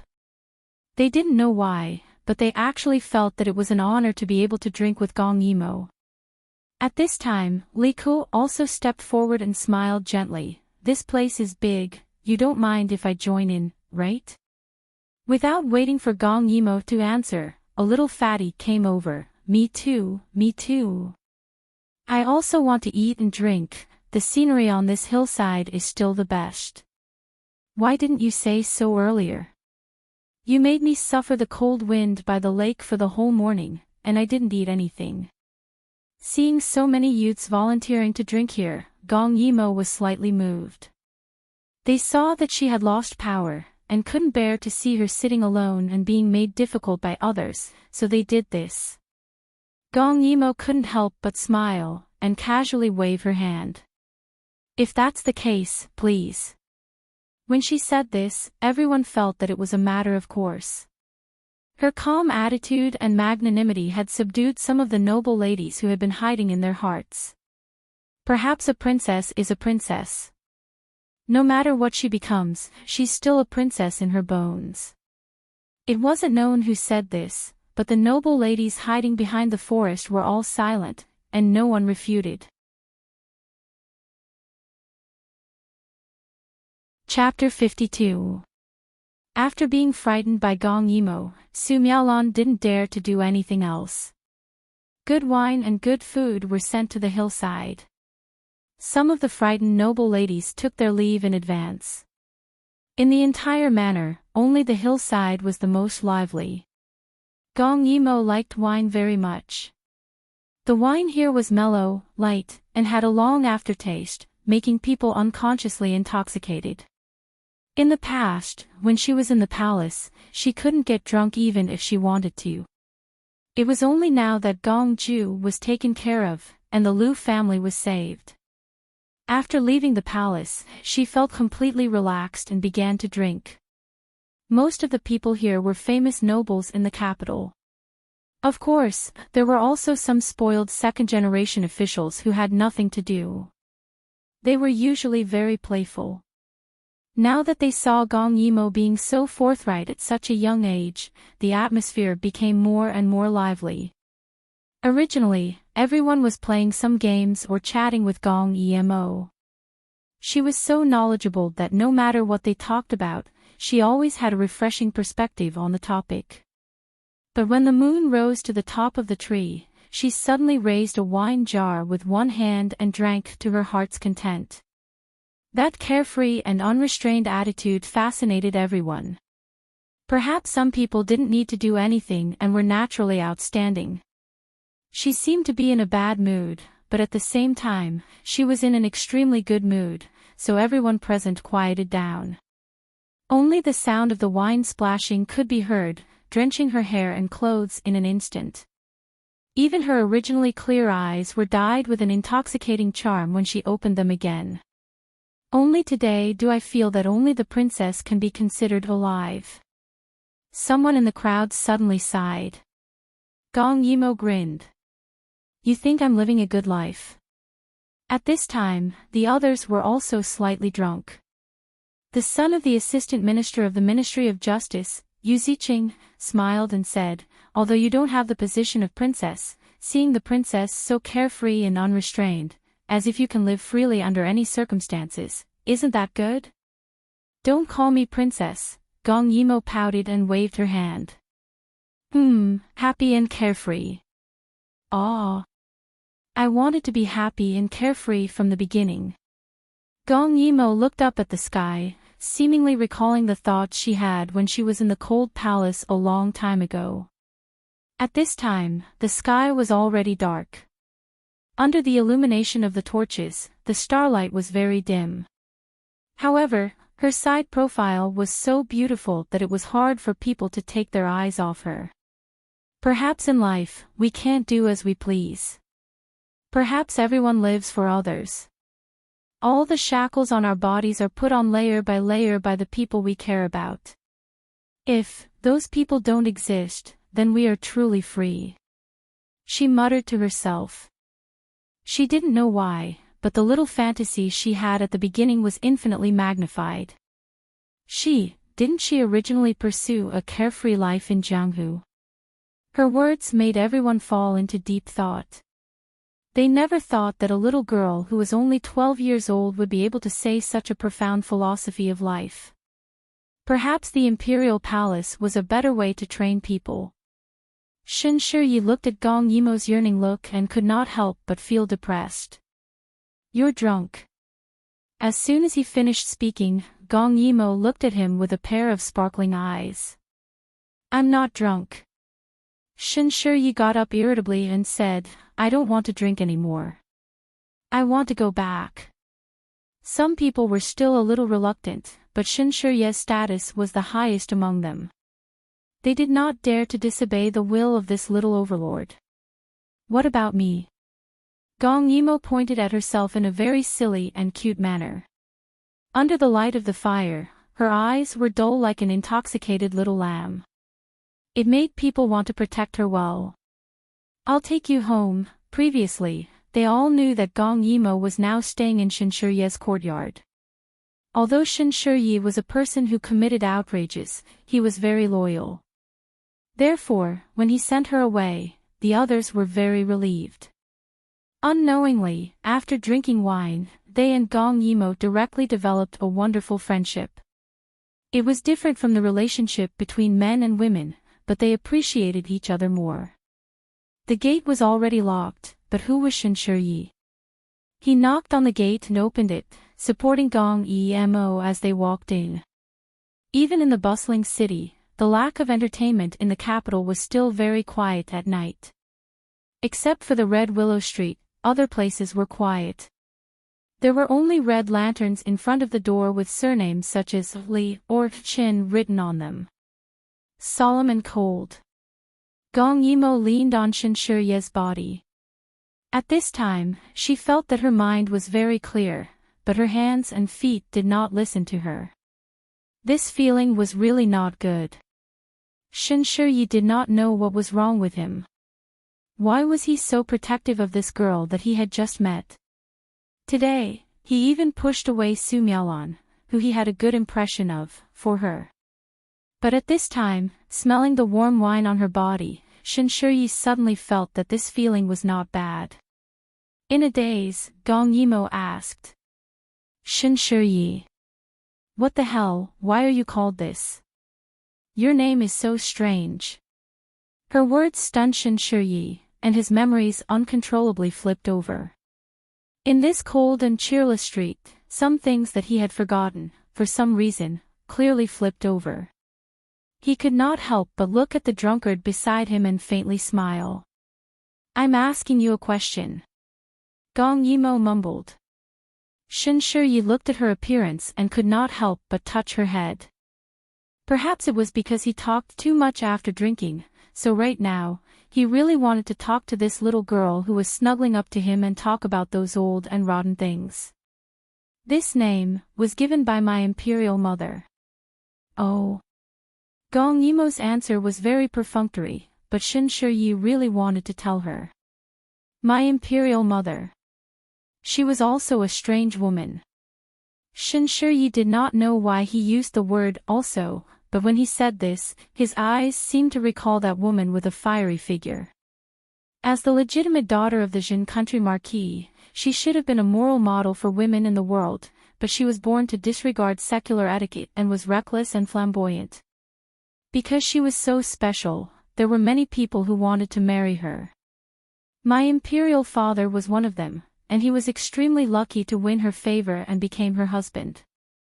As Gong Yimo listened, the appearance of the red wedding lady appeared in her mind in a daze.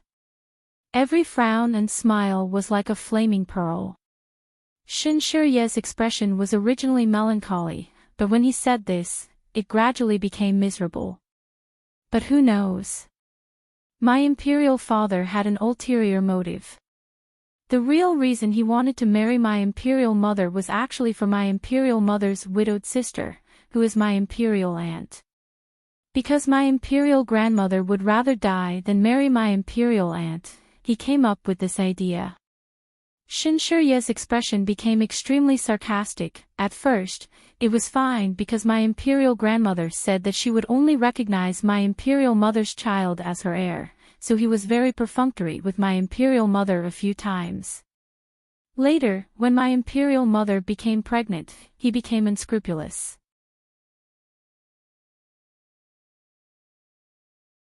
Chapter 53. He directly ordered my mother to create all kinds of opportunities for him to meet with my aunt. My mother refused, so he said that she didn't obey her husband's orders, didn't respect her wife's responsibilities, and wanted to abort the child in her belly. Because of me, my mother was disheartened. At first, she wanted to stop it, but later, she was too lazy to care. She coldly watched her husband fool around with her younger sister, while she sang operas in the Fu every day. Gong Yimo was originally listening in a daze, but when she heard this, her expression froze for a moment. However, she saw Shinshirye smile as if he didn't care. At that time, I was still young, but I remember one line very clearly. I'll sing it for you. As he said this, Shinshirye pretended to be serious, cleared his throat, and sang softly. Who would have thought that the spring pavilion was warm for 10 nights and cold for a while? It was originally a sparrow flying to the phoenix's nest. His young and clear voice reverberated through the streets and alleys. It was clearly a fake Phoenix opera that women could sing, but he sang it in such a low voice, which had a different kind of sadness. Do you know? He suddenly stopped and said to Gong Yimo, "Father didn't step into the main courtyard after my mother became pregnant." Added together, it was exactly 10 nights. Moreover, when my mother gave birth to me, he wasn't by her side, so my mother named me Yi. It was full of irony. She hated me because of the house and the crow. This kind of life was far from the reckless life she wanted, so she became more and more obsessed with opera. In the end, on New Year's Eve in the prince's mansion, she ignored everyone's objections and forced all the performers to go on stage to perform Farewell, My Concubine. But I didn't expect that her last sword strike would really cause blood to splatter. I was just below the stage at that time, but she didn't even leave me a last word. Ye's voice trembled slightly. What happened afterwards was very simple. His father desperately wanted to marry his aunt and reached an agreement with his grandmother. As long as his grandmother agreed, no matter how many children there were in the fu, the last one to inherit would be him. Therefore, his grandmother let that woman enter the fu, and she became his stepmother. Gong Yimo gradually sobered up.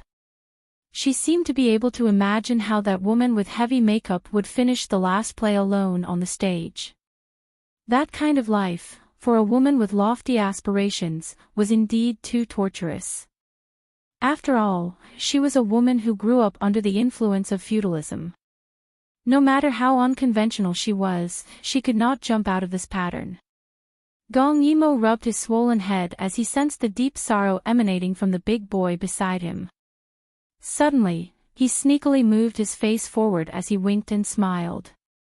Singing. I can't sing, but I can dance. Do you want to watch? Yi was originally immersed in pessimism, but when he heard Gong Yimo's words, he couldn't help but look at her flat little body and chuckled. Dance? You? Yeah. Gong Yimo jumped a little further away, then gracefully turned around and raised her head. She thought her movements were very elegant and graceful. She was wearing the simplest training clothes, but because she was drunk, her simple turn made her stagger. That funny appearance inexplicably made Ye's mood better. Look at you, could it be that you want to play a drunken stupor for this young master? Don't ruin this young master's eyes. When Gong Yimo heard this, she looked at him with a pair of unconvinced eyes. She was not sober and was just foolishly muttering to herself. When I dance, even Father Emperor and the others have never seen me. Heavens, you're simply too lucky. Yi couldn't help but laugh.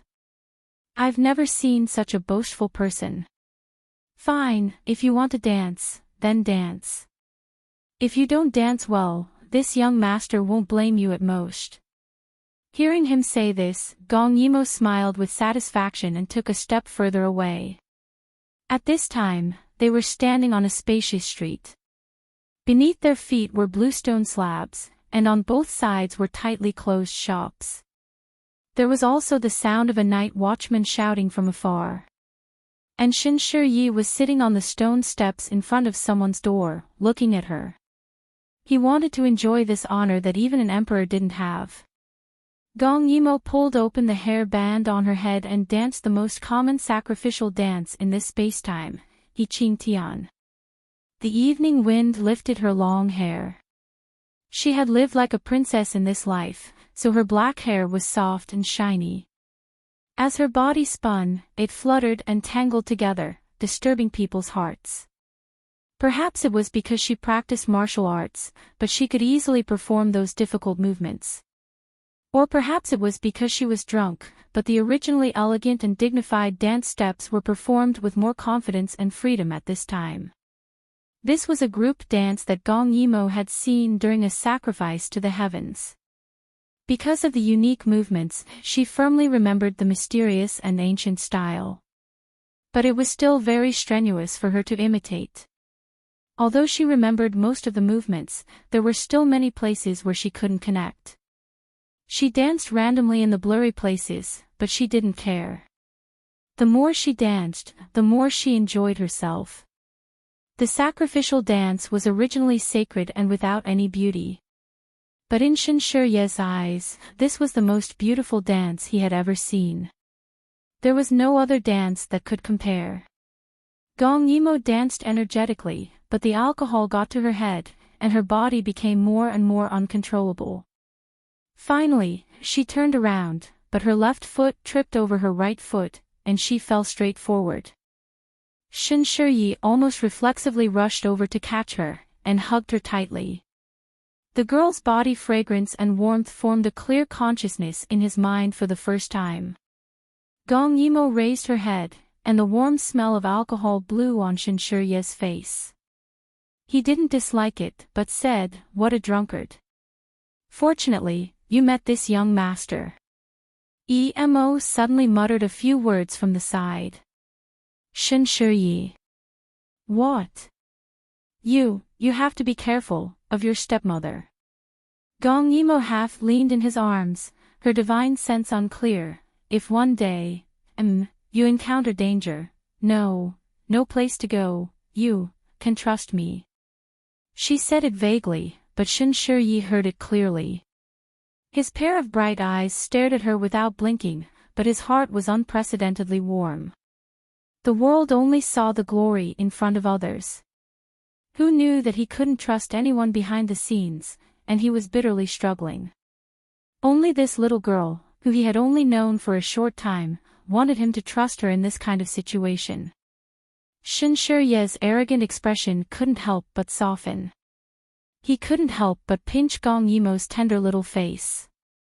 No wonder she liked it, it felt really good. Stinky girl. Humph, your words, this young master, I will remember. What are you doing? Just as Shinshiryi was about to take Gong Yimo back to rest, an angry voice came. Gong Yimo was already sleeping like a log, and her breathing was very even on Shinshirye's neck. He raised his head, and at the end of the street, a man wearing a black robe with a golden crown was angrily glaring at him. He was panting slightly, and his bun was slightly sharp. At this time, there was no servant behind him, but Shinshiryi still recognized him. Yo, isn't this His Highness the Crown Prince? He hugged Gong Yimo even tighter, and his face had a fearless smile. It's so late, and the Crown Prince is here. It's really strange. Chapter 54. Gong Che adjusted his breathing, but he couldn't move his eyes away from that little figure. At this time, his heart was filled with anger, but his mouth could still be considered gentle when he spoke. I ask the heir to return Imperial Sister to this one.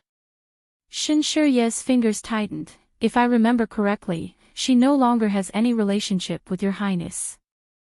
Now, she is this young master's friend. Shinshiryi had always been overbearing. Not to mention the crown prince who couldn't even protect himself, he had even choked the emperor in the past. Gong Che smiled. At this time, his breathing had stabilized and his smile was as gentle as ever, but under the moonlight, it looked cold. No matter what Imperial Father does, the blood flowing in her body is the Gong family's. She is this one's biological sister, so this one will naturally take care of her. Do you want her to live alone in a strange man's house? Although she is still young, in the end, it will still affect her reputation. His words were reasonable. No matter what, Gong Yimo staying with the Crown Prince was far more justified than staying with him, even if it was for the sake of her reputation. Thinking like this, Shinshirye's jade face became very unsightly. Gong Che had already walked in front of him step by step and could clearly see the little girl in his arms. At this time, she closed her eyes and looked a bit like a little girl. She slept very deeply and the rich fragrance of wine couldn't disperse. Gong Che's expression softened, but when he looked at Shinshiryi, his eyes suddenly became sharp. You actually took her to drink. She is a girl, do you know? Feeling guilty at Gong Che's words, Shinshiryi stiffened his neck and said, so what? We are all friends, what is there to be dirty about? Gong Che didn't allow for any explanation and hugged her. This time, this one will forgive you, but this one hopes that you won't come looking for her again. His words made Shin Shiyi angry and his thick eyebrows jump. Who she likes to play with is not something you can decide. After saying this, the two people's gazes collided under the night moon and sparks flew everywhere. Is that so? Gong Che sneered and didn't want to be entangled any further. He picked up Gong Yimo and said to Shin Shiyi with a calm and indifferent expression, forget it. I still have to thank Shiziyi for taking care of my little sister these past 2 days. This one will visit another day to thank you. Feeling the emptiness in his arms, Shin Shiyi disdainfully pursed his lips. If it was you, you wouldn't have come. Gong Che didn't bother with him. He turned around and left. Shin Shiyi looked at their departing backs. For the first time, he felt as if he had lost something. He was very unhappy. As for Gong Che, who was hugging Gong Yimo, he felt his heart finally calm down. God knows, Gong Yimo disappeared without a trace the moment she entered the world. He was really afraid that he would never see her again. Fortunately, she was still in the capital and by his side.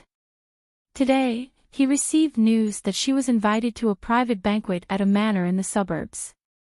After he finished dealing with the matters at hand, he went out to look for her. He was also afraid that it would affect her negatively, so he didn't bring a single person. When he hurried over, the banquet's host, the one known as the #1 beauty in the capital, Su Miaolan, said that she was drunk and left with a man. He didn't know where they went, so he was almost driven crazy. Later, a youth told him that Gong Yimo left with Shin Shiyi because she was now staying in Shin Shiyi's manor. Only then did Gong Che breathe a sigh of relief. He fetched a basin of water for Gong Yimo to wipe her face. Seeing her little red face sleeping soundly, he couldn't help but smile. You really are a little rascal. Your Crown Prince Gige is so anxious. It's bad enough that you didn't send a message, but you're still sleeping so soundly. As he spoke, he gently pinched her face. Her face was as soft as a baby's. That smooth touch was really the first time Gong Che had experienced it. He didn't know if it was because he was hurting her, but Gong Yimo actually opened her eyes in a daze. Looking at him, she recognized him for a long time, Crown Prince Gige. Gong Che couldn't help but smile. His entire body relaxed. He wanted to say something, but Gong Yimo grabbed his hand. She closed her eyes and spoke intermittently. I'm sorry, Gong Che was slightly stunned. For a moment, he couldn't figure out how she had wronged him. I'm sorry. I didn't mean to force grandfather to his death. Her words made Gong Che's expression gradually become sorrowful. Grandfather's funeral was held in a low-key manner for 3 days, but the court was still the same. It was as if this person had never appeared. I'm sorry. Gong Yimo's voice was as weak as a kitten. She closed her eyes and frowned deeply. I've disappointed you. It's not like that. Gong Che reached out to caress her face again. I'm the one who should be apologizing. Grandfather made a huge mistake, and someone was adding fuel to the fire behind his back. He was surrounded on all sides. Only you stood in front of me and spoke up for me. Gong Che's gaze became deeper. These few days, he thought a lot. The more he thought, the more he felt that Gong Yimo was very kind to him, but that day, I still blamed you in my heart. It's my fault. He leaned down, almost touching Gong Yimo's ear. Forgive me for not knowing what's good for me. The one who should say sorry is me, he finished speaking with emotion. Every word came from the bottom of his heart. Although he was in a disadvantageous position now, and grandfather's death had a great impact on him, but if Gong Yimo didn't appear that day and all the crimes were established, then Lu family would be exiled according to the law. Mother would definitely commit suicide in order to protect him. As for him, even if he was alive, even if he was still the crown prince, what was the point? If that happened, his situation would be 10,000 times worse than it was now. Therefore, he was very grateful to Gong Yimo. He even thought that if Gong Yimo wanted something, he would be willing to give up everything to achieve it for her. However, his words were very touching, and his thoughts were rich, but there was no movement from her side. Sister. Yimo. Yes, she was sleeping like a log. Gong Che couldn't help but shake his head and sigh. With you like this, how can brother Crown Prince feel at ease when you get married in the future? He was just joking, but after saying it, he felt his heart ache. It was as if he really didn't want Gong Yimo to get married. Who knew that when Gong Yimo heard the word, get married, she would open her eyes again. I won't get married, At this time, Gong Yimo opened her eyes completely. Her eyes were watery, and her whole body was light pink. When she said this, her eyes were very calm, as if she wasn't drunk at all. I said, I won't get married for the rest of my life. After saying that, she was a little dazed again. Gong Che heard it and was stunned. Why? How can a woman not get married? At this time, Gong Yimo smiled, closed her eyes again, and mumbled, I swore. Her voice became softer and softer. Gong Che couldn't help but move closer, but he heard her mouth moving slightly. Gong Yimo slightly narrowed her eyes. In front of her was Gong Che's side profile. At this time, his white jade-like ear was slightly red. Gong Yimo didn't even think and bit it. Chapter 55. Ah! Gong Che gasped and sat up. His movement was too big, causing Gong Yimo to wake up. She rubbed her eyes and sat up, looking adorable. What's wrong? She seemed to have bitten something just now. Did she bite the crown prince? This realization made her even more awake. When she saw Gong Che covering one of his ears with a red face, she couldn't help but ask, I bit you? However, she was puzzled. Why did he lean his head so close to her for no reason? Gong Che only felt that his heart was beating very fast, but it wasn't as cold as when he had a relapse. Right now, he felt like he was being roasted in a fire. His earlobe, neck, and shoulder that had been bitten were mostly numb. He didn't quite understand what the itch or electric shock was, but strangely, he wanted to try it again. No, it's nothing. He stuttered as his eyes flickered, but he didn't look at her. Gong Yimo made an "oh" sound suspiciously. She was tipsy again and unconsciously laid down, turning over and continuing to sleep with her head covered. Seeing that she had fallen asleep again, Gong Che sighed in relief. At the same time, a slight sense of disappointment rose in his heart. Even he didn't understand why he was disappointed. He took a brocade blanket and covered Gong Yimo with it. Thinking of what she said before, he felt inexplicably happy. She said she didn't want to marry. Then she wouldn't marry. He could always support her. The next day, Gong Yimo woke up in the afternoon. She rubbed her eyes and saw that she was in a completely unfamiliar place. From the decorations, this was a place where a man lived. Miss, you're awake. The person who came opened the curtain was pleasantly surprised. She put down the basin in her hand and walked over. Seeing her, Gong Yimo knew where she was. The girl in front of her was Gong Che's servant who was highly valued. She seemed to be called Lian Xiang. Gong Yimo blinked. Where's His Highness the Crown Prince? Now that their statuses were different, in front of outsiders, she couldn't keep calling him Big Brother Crown Prince. Lian Xiang smiled warmly. His Highness is still in the palace. This is a villa under His Highness's name. Miss, please feel free to stay here. Gong Yimo nodded. She suddenly thought of something and asked, "Has your highness been busy recently?" She shouldn't have asked this question, but Lian Xiang acted as if she was used to it. His highness has been very busy recently. After saying that, she frowned, and a trace of heartache flashed in her eyes. And it seems like there's something bothering him. He hasn't relaxed his brows for several days. Gong Yimo had an idea in her heart. Last time, those people had already given themselves away after their attack failed. They were afraid that the Empress would counterattack after she recovered. Therefore, recently, they must have shed all pretense of cordiality and came up with countless schemes. Sure enough, Gong Yimo did not see Gong Chei's shadow in the evening. Lian Xiang saw her constantly looking outside and couldn't help but comfort her.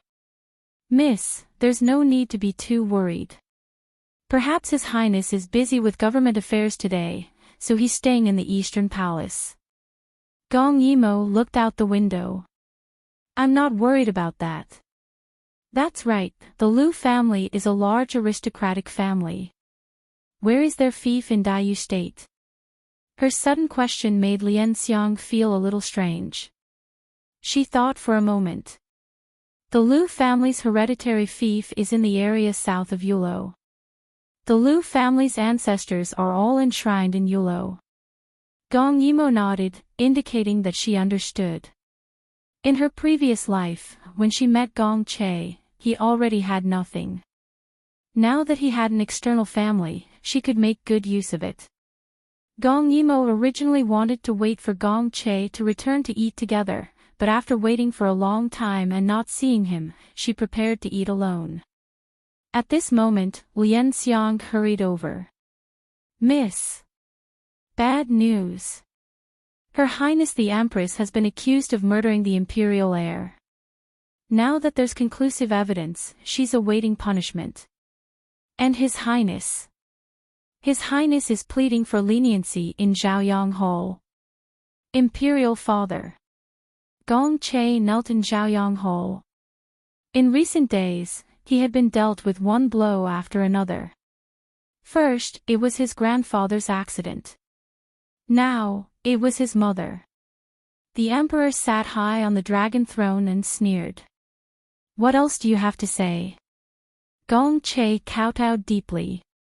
"Imperial Father, this son knows that Imperial Mother was wrong to attack other pregnant concubines for this son's sake. But in this harem, how many people are clean? Imperial Father, Imperial Mother has been married to you for so many years. Even if she didn't make any contributions, she still worked hard. Imperial Father, please give her a way out. Don't abolish her."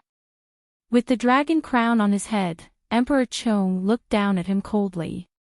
He casually threw the evidence presented by others in front of him for him to see. "Why should Jin listen to you? She harmed a prince and even attacked a pregnant woman.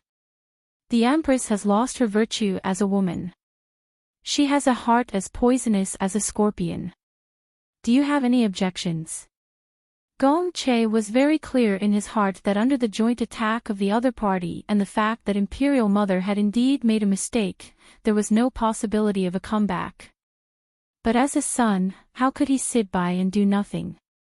He straightened up and faced the emperor directly. "Imperial Father, in the end, Imperial Mother did this for this son to protect the position of Crown Prince." After saying that, he laughed self-deprecatingly and bowed again. Just like in recent days, the court is in turmoil every day. Now, even the old matters from more than 10 years ago can be vividly displayed in front of people. It's also for this son's position as Crown Prince. So, why don't Imperial Father appoint another Crown Prince? I only beg Imperial Father to let Imperial Mother off this time. His words made Emperor Chong burst into laughter.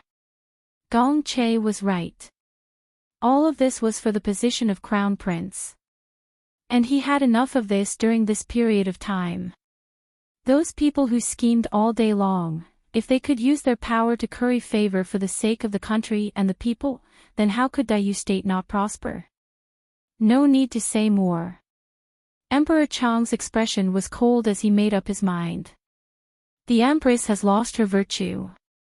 She is grounded in Feng Qi Palace and awaits her punishment. As for you. Emperor Chong touched his chin and suddenly smiled. So what if he's the crown prince? Will the crown prince inherit Jin's position? When he said this, no one present dared to answer, but they all tensed up. He smiled again and said, "What I want in order to conquer this great country is a successor who can lead my great you to the peak. Not some crown prince." His words made Gong Chei's face turn white.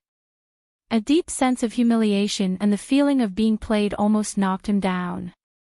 If the position of crown prince was nothing, then Imperial Mother's years of suffering and the Lu family's efforts were like a joke. Chang Shi was the only one who could speak at this time.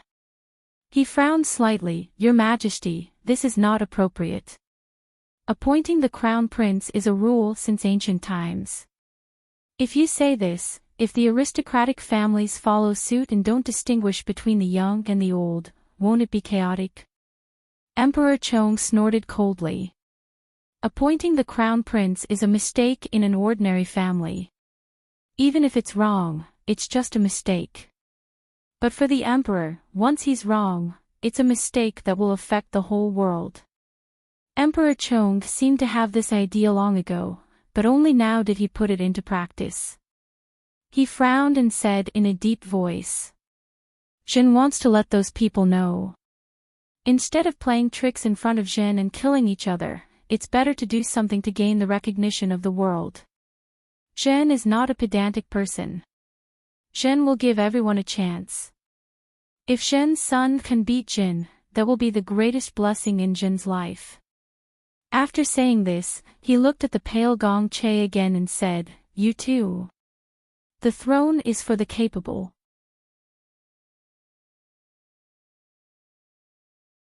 Chapter 56.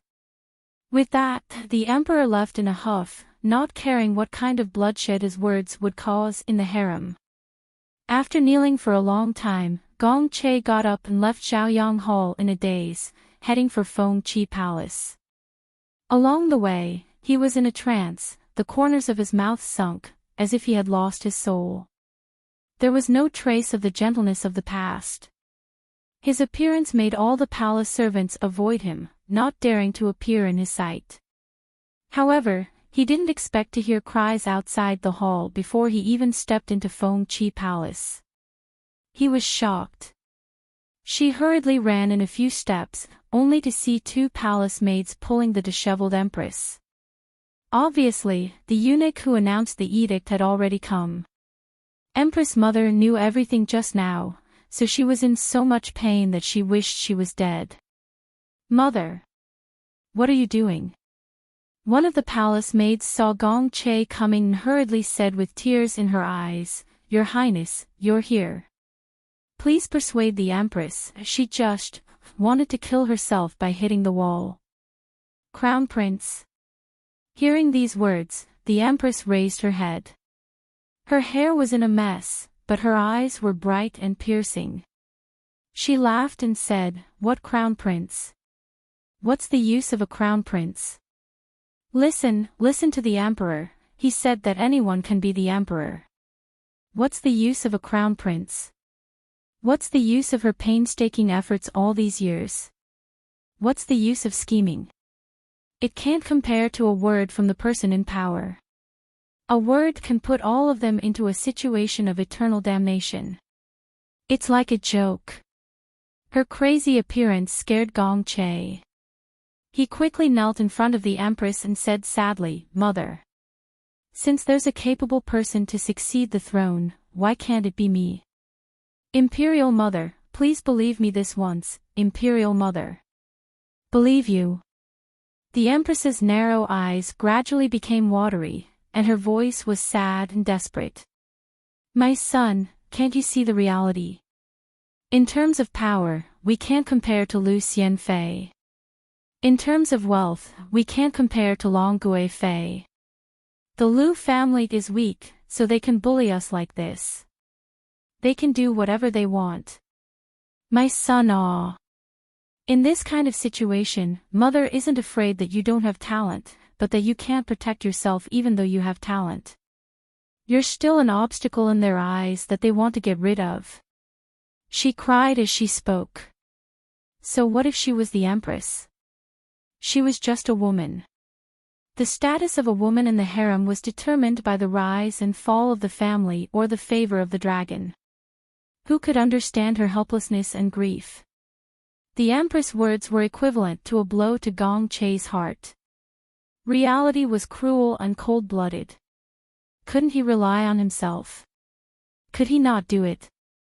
The distrust of his loved ones caused him to begin to doubt and loathe himself.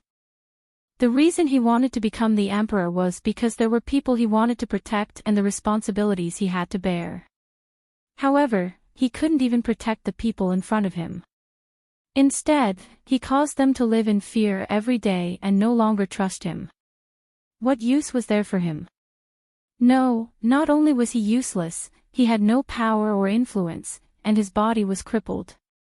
This was the reality of being besieged on all sides. His heart sank little by little. Finally, he smiled coldly. Just now in the hall, he didn't despair when faced with his father's humiliation and curses. But now, he was in despair. He even felt that he had been sentenced to death and exiled to the infernal hell. Seeing him smile so hopelessly despite his deathly pale complexion, the Empress could not bear it any longer. She involuntarily knelt down with a plop and hugged Gong Chei in her arms, wailing hoarsely, "Son. It's mother who has implicated you. It's mother who is useless. It's mother. If she had kept her hands clean, if her family hadn't been caught, why would her son be like this?" Her tears quickly wet Gong Chei's shoulder. Not only did he hear the Empress' cries, but he also heard the sobs of the two maids. Even the entire Feng Qi palace was immersed in depression and despair. Everyone's honor and disgrace were tied to his shoulders. If something happened, he had to bear the responsibility. He didn't know why, but he, who was used to bearing the burden, suddenly felt that his shoulders were very heavy. The weariness made his heart weak. He didn't even have the strength to lift a hand to comfort the Empress. After an unknown period of time, he was responsible for comforting the Empress and everyone else. He left the palace in a daze. When he raised his head again, it was already dark, but in his ears, his mother's desperate voice still sounded over and over again. It was as if she was asking for his life, endlessly sorrowful. Gong Chei couldn't help but think very coldly. His mother's family couldn't support her. Her past crimes were exposed. Because of the Emperor's words, she lost her greatest faith. Even if she was still alive, her heart would be like dead ashes and she would be like a walking corpse. Just like now, he was like a wandering ghost. When the tree falls, the monkeys scatter. Other than him comforting others, who would remember to come and see him? Your Highness. A surprised voice sounded. Lian Xiang approached with a lantern. Seeing that it really was the Crown Prince, she breathed a sigh of relief. She hurriedly said, "Miss heard that something happened in the palace and told me to wait here. She said that you would definitely come back. Your Highness, are you okay?" Only when she got closer did she realize that Gong Chei's face was frighteningly pale. Seeing her, Gong Chei seemed to come back to his senses from a dream. Hearing her say that Gong Yimo was waiting for him, Gong Chei didn't know why, but his heart warmed slightly, and his whole person became a little more lively. But when he thought of what happened today, the corner of his mouth quickly relaxed.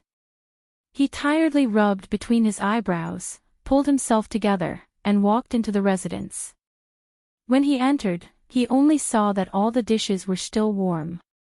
Gong Yimo quickly glanced to the side, and her hand quickly picked up a meatball and stuffed it into her mouth. When Gong Chei saw this, he couldn't help but laugh. When he laughed, Gong Yimo raised her head to look at him. Her large eyes were filled with annoyance. Her small mouth was pouted, and she didn't move or swallow. She looked very cute and comical, silly and adorable. You must be starving. He gently smiled and sat next to Gong Yimo. When he saw that the table was filled with his favorite dishes, his expression became even gentler. He didn't want to care about what happened in the palace. At this moment, his heart was peaceful, and he felt that a family was just like this. Gong Yimo saw that he didn't move, and quickly added more dishes for him with a smile. Crown Prince Gige's family's chef is really good at cooking. I was so hungry when I smelled it just now. Seeing that she was exaggerating, Gong Che gently patted her head. In the future, you don't have to wait for me. If you're hungry, you can eat first, understand? Gong Yimo nodded. Looking at his expression, it was clear that he had something on his mind but didn't want to say it. She couldn't help but carefully ask, Big brother. How is the situation in the palace now? Is Her Highness well? Her words made Gong Che unable to maintain his gentle smile, and his expression gradually turned cold. But not saying it wouldn't solve the problem, so Gong Yimo gently held his hand. What is it that you can't even tell me? As she said this, she lightly pouted, and shamelessly acted coquettishly. Gong Che smiled bitterly, feeling the warmth from the other's hand. He didn't want Gong Yimo to worry, so he tried to simplify the matter. Chapter 57. More than 10 years ago, Imperial Mother hurt several pregnant concubines for me. At that time, it was suppressed, but now there is concrete evidence against her. He only talked about his Imperial Mother and did not talk about himself at all. Gong Yimo frowned slightly. He was really a pig-like teammate. How could he be such a burden? Or could it be that the Empress could not escape from suicide, even if she changed her path? Then how will His Majesty deal with the Empress? Gong Che sighed deeply, but still forced a smile. I went to plead for leniency today. Imperial Father put Imperial Mother in confinement. As for what punishment he will give, I don't know yet. Gong Yimo heard this and couldn't help but reach out to touch Gong Che's swollen forehead. He no longer called himself Gu in front of her, but really treated her as his younger sister, a confidant. It can't be that simple, right? Gong Yimo said worriedly. Imperial Father is not so easy to talk to, and he has always been decisive. Why did he delay the sentence? Brother Crown Prince, what did you do? Or, what did His Majesty do? His Majesty, Gong Che couldn't help but think of the Emperor's indifferent look when he looked at him in the palace hall. That sentence was even more unbearable than directly stripping him of the position of Crown Prince. He curled his lips, trying to make himself look not sad, but he didn't know that his smile was more miserable than not smiling. Because Imperial Father felt that the disputes in recent days were all caused by the position of Crown Prince, so. When he said this, although there was a smile on his lips, his starry eyes finally dimmed and no longer had the light. So Imperial Father said that the position of Emperor should be inherited by the capable. No matter who the Crown Prince is, he will give them all a chance and treat them equally. It still came. In the previous life, because of this decision, the competition between the princes could be said to be unprecedented. It was chaos. But Gongxing always sat high up in the fishing platform and did not make any comments. However, his actions still brought about positive benefits. Many princes had put in a lot of hard work for their political achievements, which had also benefited many people. However, this was a disaster for the Crown Prince. At this moment, she looked at Gong Che. Seeing her sad expression, Gong Che comforted her. It's okay. Father's actions are for the sake of the world. He's right. If a family chooses the wrong head, it will only harm the family. But if a country chooses the wrong ruler, it will harm the world. He's right. He's right. Gong Che explained with a smile. No one knew if he was trying to convince himself or Gong Yimo. Gong Yimo could feel his cold and trembling hand under her palm, but he still maintained a smile to comfort her. He was only 16 years old. In Gong Yimo's era, he was still a child. But here, he was already able to shoulder all the responsibilities with his young shoulders. It's just that, his power and wealth could not be compared to Lu Xianfei and Long Guifei's son. Now, even the position of crown prince that he fought so hard for has become dispensable. It can be said that everyone around him, including his more than 10 years of hard work, had turned into bubbles in an instant. He was the object of everyone's expectations, but now he was hit to this point. It can be said that the pressure, guilt, and pain on him was no less than the Empress. But he still had to comfort the Empress, comfort himself, and comfort the Lu family. The Empress could still cry, she could still make a fuss, she could even commit suicide, but he could not. Gong Yimo raised her hand and touched his face. Gong Che was stunned and smiled. What's wrong? If you don't want to smile, then don't smile, Gong Yimo murmured. Her words made Gong Che's smiling face stiffen. She stood up, walked over and gently hugged his head. Are you sad? Do you want to cry? If you want to cry, you can cry, in my arms, no one can see. Gong Che sat on the chair with his head held by her. Finally, he smiled. What are you saying? Why would I want to cry? Gong Yimo had already hugged his head and gently patted his shoulder. It's okay if you don't want to cry, just close your eyes and rest. She was like coaxing a child, gently patting his back. Her gentle fragrance wrapped Gong Che, so soft and tolerant that Gong Che could not help but slowly hug Gong Yimo, burying his head deep into her arms. He was so tired. He did not want to be the crown prince anymore, but he had to be the crown prince. But one day, when the crown prince became dispensable, he really did not know what else he could do. For more than 10 years, how could he repay his family's earnest hope? He felt as if his entire body was being burned in a raging fire. It was clear that his family had done something wrong, but he did not even have the right to blame them. Everyone made mistakes in the name of him, so he could only stand up and bear all of it. But what could he do? He also wanted to cry like Imperial Mother. He also wanted to disregard everything to complain about Imperial Father's favoritism, or for himself, to complain once. Feeling the slight wetness on his chest, Gong Che suppressed himself. Even if he wanted to cry, he did not make a single sound. Gong Yimo could not help but think that in her previous life, she was also in the wrong. She only asked for what she deserved after she put in so much effort. She was strong and did not know how to be considerate. So, Gong Che did not like her.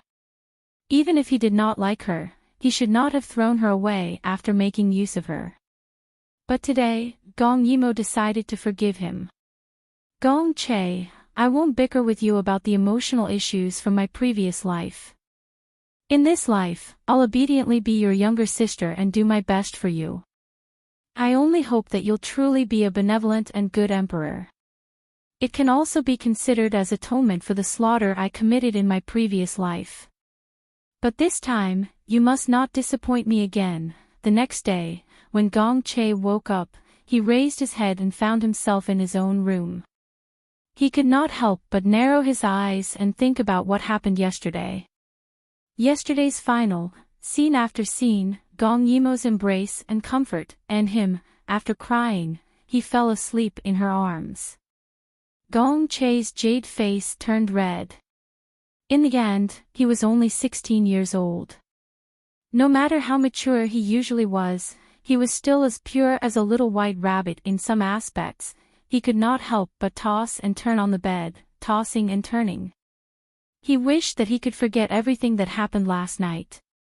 How could there be such a stain in his life? And it was his most beloved sister. What was wrong with this world?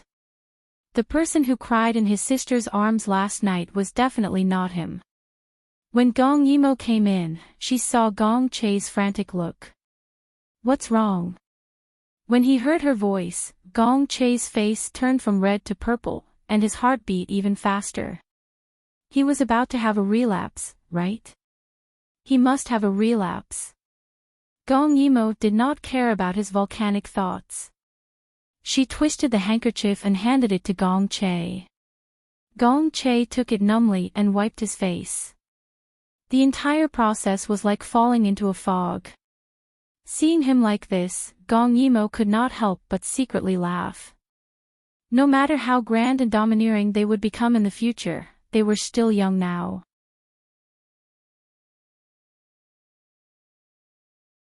Chapter 58. She sat by the bed and watched as Gong Che finished wiping his face. Then she took the handkerchief and threw it into the water basin. She looked at him with a burning gaze. What is it? Gong Che's face could not get any redder. Originally, he should not be so pure. After all, the princes could get married on the 15th. But because it was not easy for him to be the crown prince, he did not have a high or low position in choosing a wife, so it was delayed. That was why he was like this. Gong Yimo really wanted to pinch his face, but she stopped herself. She coughed and said with a serious expression. It's like this. Last night, I heard your report and thought about it all night. Now I have a plan. Does Crown Prince Gij want to hear it? Hearing her say yes, Gong Che was naturally all ears. He wanted to get rid of the current awkwardness as soon as possible. Gong Yimo did not detect his little thoughts and continued with a smile. Since the Empress has made a mistake and the evidence is conclusive, she should be punished. Since it's like this, Crown Prince Gij will go into the palace today and persuade the Empress to hand over the Phoenix Seal before the Emperor gives the decree. Then, go to the Holy Buddha Temple to cultivate to atone for her sins. She settled the Empress' path with just a few words. Gong Che couldn't help but sigh. Now that it was like this, rather than waiting for Fu Huang to be deposed under the pressure, it was better for Muhu to hand over the Phoenix Seal. At least she could keep the Empress' position and dignity. But will it be this simple? Gong Che was very suspicious. The other side not only wanted to pull Muhu down, they were also targeting him. If they failed this time, there would be a next time. Naturally it won't be this simple. Gong Yimo sat by his bed with narrowed eyes. Her 2 feet unconsciously swayed. Today, she had a string of small bells tied to her feet. When she moved, the jingling sounds were very pleasant. She touched her face and slowly threw out an earth-shattering sentence. Crown Prince Gij, after persuading the Empress, you should also leave the capital. Gong Che slightly opened his eyes and subconsciously said, Imperial Mother will not agree. Not only that, the Liu family would not agree either. This was because the greatest benefit of being the crown prince was that he could stay in the palace and learn from the emperor. He could come into contact with political affairs early on, and when the emperor was not around, he could handle the court affairs on behalf of the emperor. This honor was unique, but if he left the capital on his own accord, then it would be the same as giving up his final advantage, so Imperial Mother would definitely not agree. Gong Yimo said seriously, Brother Crown Prince, have you forgotten? Yesterday, His Majesty's meaning was very clear. Use your political achievements to prove your strength. Only those who win the hearts of the people can succeed the throne. Then, if you don't even leave the capital, how can you fight with the other brothers? Her words made Gong Che ponder deeply. The main reason was that such a thing had never happened before, so he was still controlled by inertia and did not think too far ahead. Moreover, if the other party's first plan failed, they will definitely try another one. Now, how many more times can Big Brother resist? It's better to leave the capital and let them fight among themselves first. Her words deeply moved Gong Che. Gong Che was raised by the orthodox crown prince. Compared to fighting and scheming, his heart was filled more with the people. Many nights he spent burning the midnight oil, hoping that if he succeeded the throne one day, he would be a wise ruler like Imperial Father. Will Imperial Father agree? He was convinced, but would the Emperor give him a chance to leave the capital? What was the best reason for him to leave the capital? He could not help but ponder these questions, and he had to discuss it with the other strategists. No need to trouble yourself. Gong Yimo suddenly grinned, her eyes sparkling. I have already thought of a wonderful idea for Brother Crown Prince. She said quickly, if His Majesty doesn't agree, you can ask him.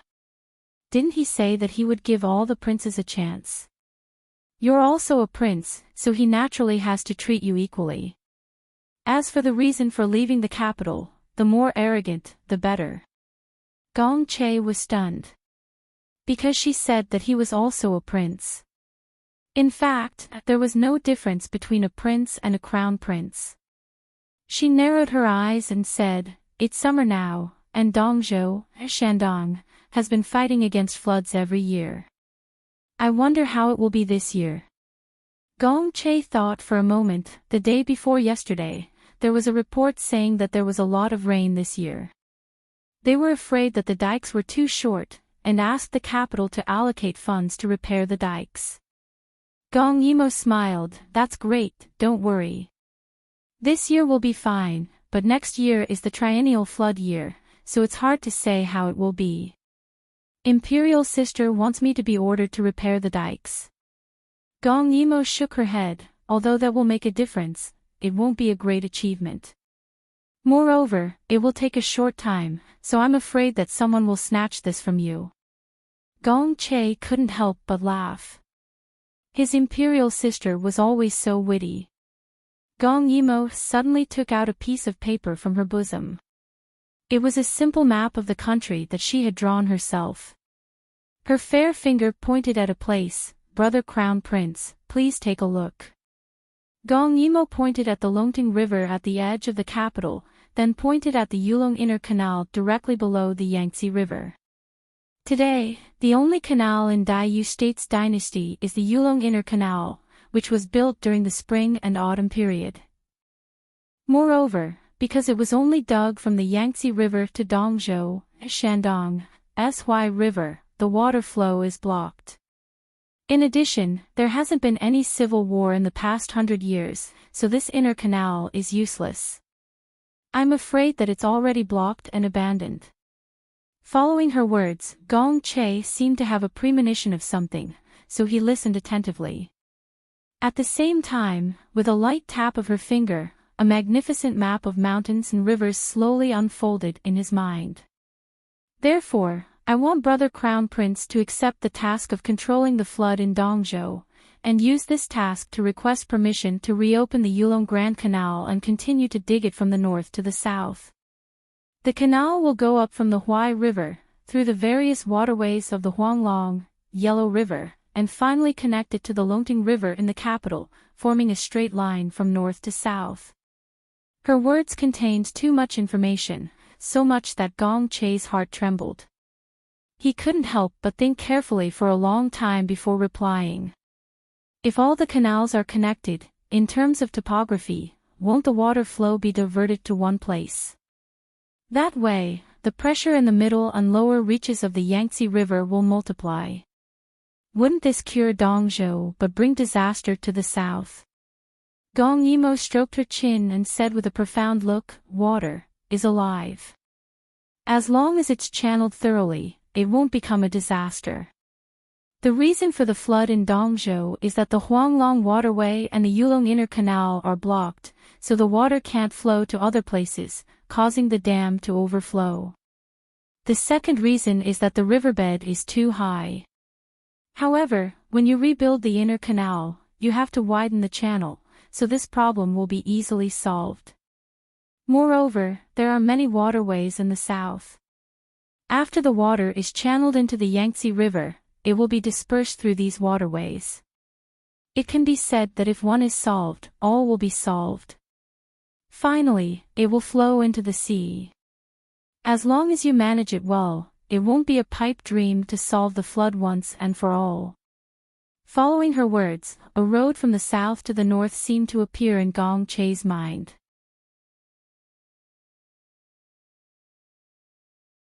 Chapter 59. This was an extraordinary move. He had to be cautious. His mind was constantly guessing and summarizing the information conveyed through the past reports and the books he had read. He was beaming with joy and frowning at the same time. Finally, he sighed. No, he was still worried that it would cause pressure in the middle and lower reaches of the Yangtze River. After all, there was only one main branch that connected to the sea. It was fine during normal times, but during the flood season, Star City would suffer. It's still not appropriate. This may work, but it needs to be carefully discussed. You must know that human strength cannot compete with the heavens and earth. Fire and water are merciless. I really don't want to cause a disaster because of my plan. Gong Emo couldn't help but nod. She patted Gong Che's shoulder in admiration. Gong Che didn't let his ambition get to his head. Instead, he considered everything carefully and worried about the people. Brother Crown Prince, you don't have to think about it anymore. I've already thought about it. If Brother Crown Prince is afraid that the south of the Yangtze River will be difficult to bear, why not build a waterway to connect to Guangzhou? You must know that if you can build a canal, you can build a second one. If this world wants to develop, it will ultimately rely on transportation. To connect this world, it can't be solved by a canal. Her words made Gong Che's heart incomparably shocked. He could no longer suppress his ambition. Huai River directly connected to the capital. The Yangtze River connected to Guangzhou. As a man, who wouldn't want to achieve greatness? This project was magnificent and vast. It was majestic. It hadn't even started, but it was already shocking. Seeing that he was finally moved, Gong Yimo just smiled. The next problem was the implementation. This was the good thing about the ancient imperial power. As long as the power and wealth could keep up, there would be countless people dauntlessly advancing. So even if there was a problem in the future, why couldn't they build a canal to connect the Yangtze River to Guangzhou? It was a pity that there were too few talents and it was too backward. Otherwise, wouldn't it be good to take this opportunity to build a Three Gorges power station? She quickly blushed because of this idea. It was simply a fantasy to build the Three Gorges alone. Even if all the technicians who built the Three Gorges transmigrated here, they wouldn't be able to do it.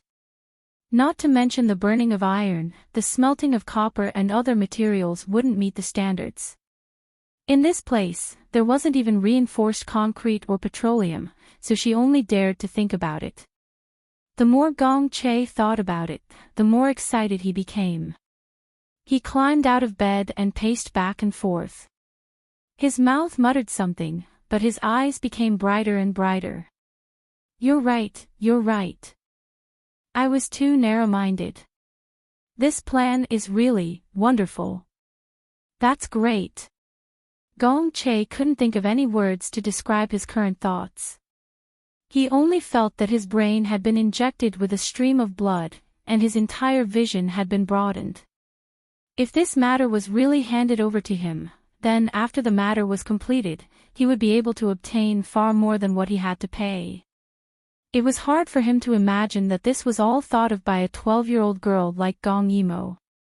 She was so intelligent that her words were enough to make people forget about her gender and only remember her talent. But, perhaps he was too excited. Gong Che's expression became slightly perplexed again. It's just that, digging a canal is costly and time-consuming. I'm afraid. He was afraid that before the canal was completed, the situation in the capital would have already been set. This was also the reason why those ambitious princes were unwilling to leave the capital easily. Gong Yimo, on the other hand, had a scheming smile on his face. Don't worry, Imperial Father is still young and ambitious. He wants to make a name for himself. As long as he understands the benefits of connecting the North and the South, he will support it even if he has to empty the treasury. Moreover, she smiled faintly. In terms of money, I can also help. Moreover, I have a small way to prevent those officials from trying to trip you up. You don't have to worry about the time. I have an idea. If it works, we can connect the North and the South within 1 or 2 years. 1 or 2 years. No matter how calm Gong Che was, he was shocked by this number. He originally thought that no matter how fast it was, it would take at least 5 or 6 years. Gong Yimo, on the other hand, nodded affirmatively. Her eyes were full of confidence. Yes, this project is huge. In the eyes of outsiders, it will take a long time. Therefore, even if some princes are itching, they won't fight with you over the time. Moreover, building the canal isn't something that you can complete alone.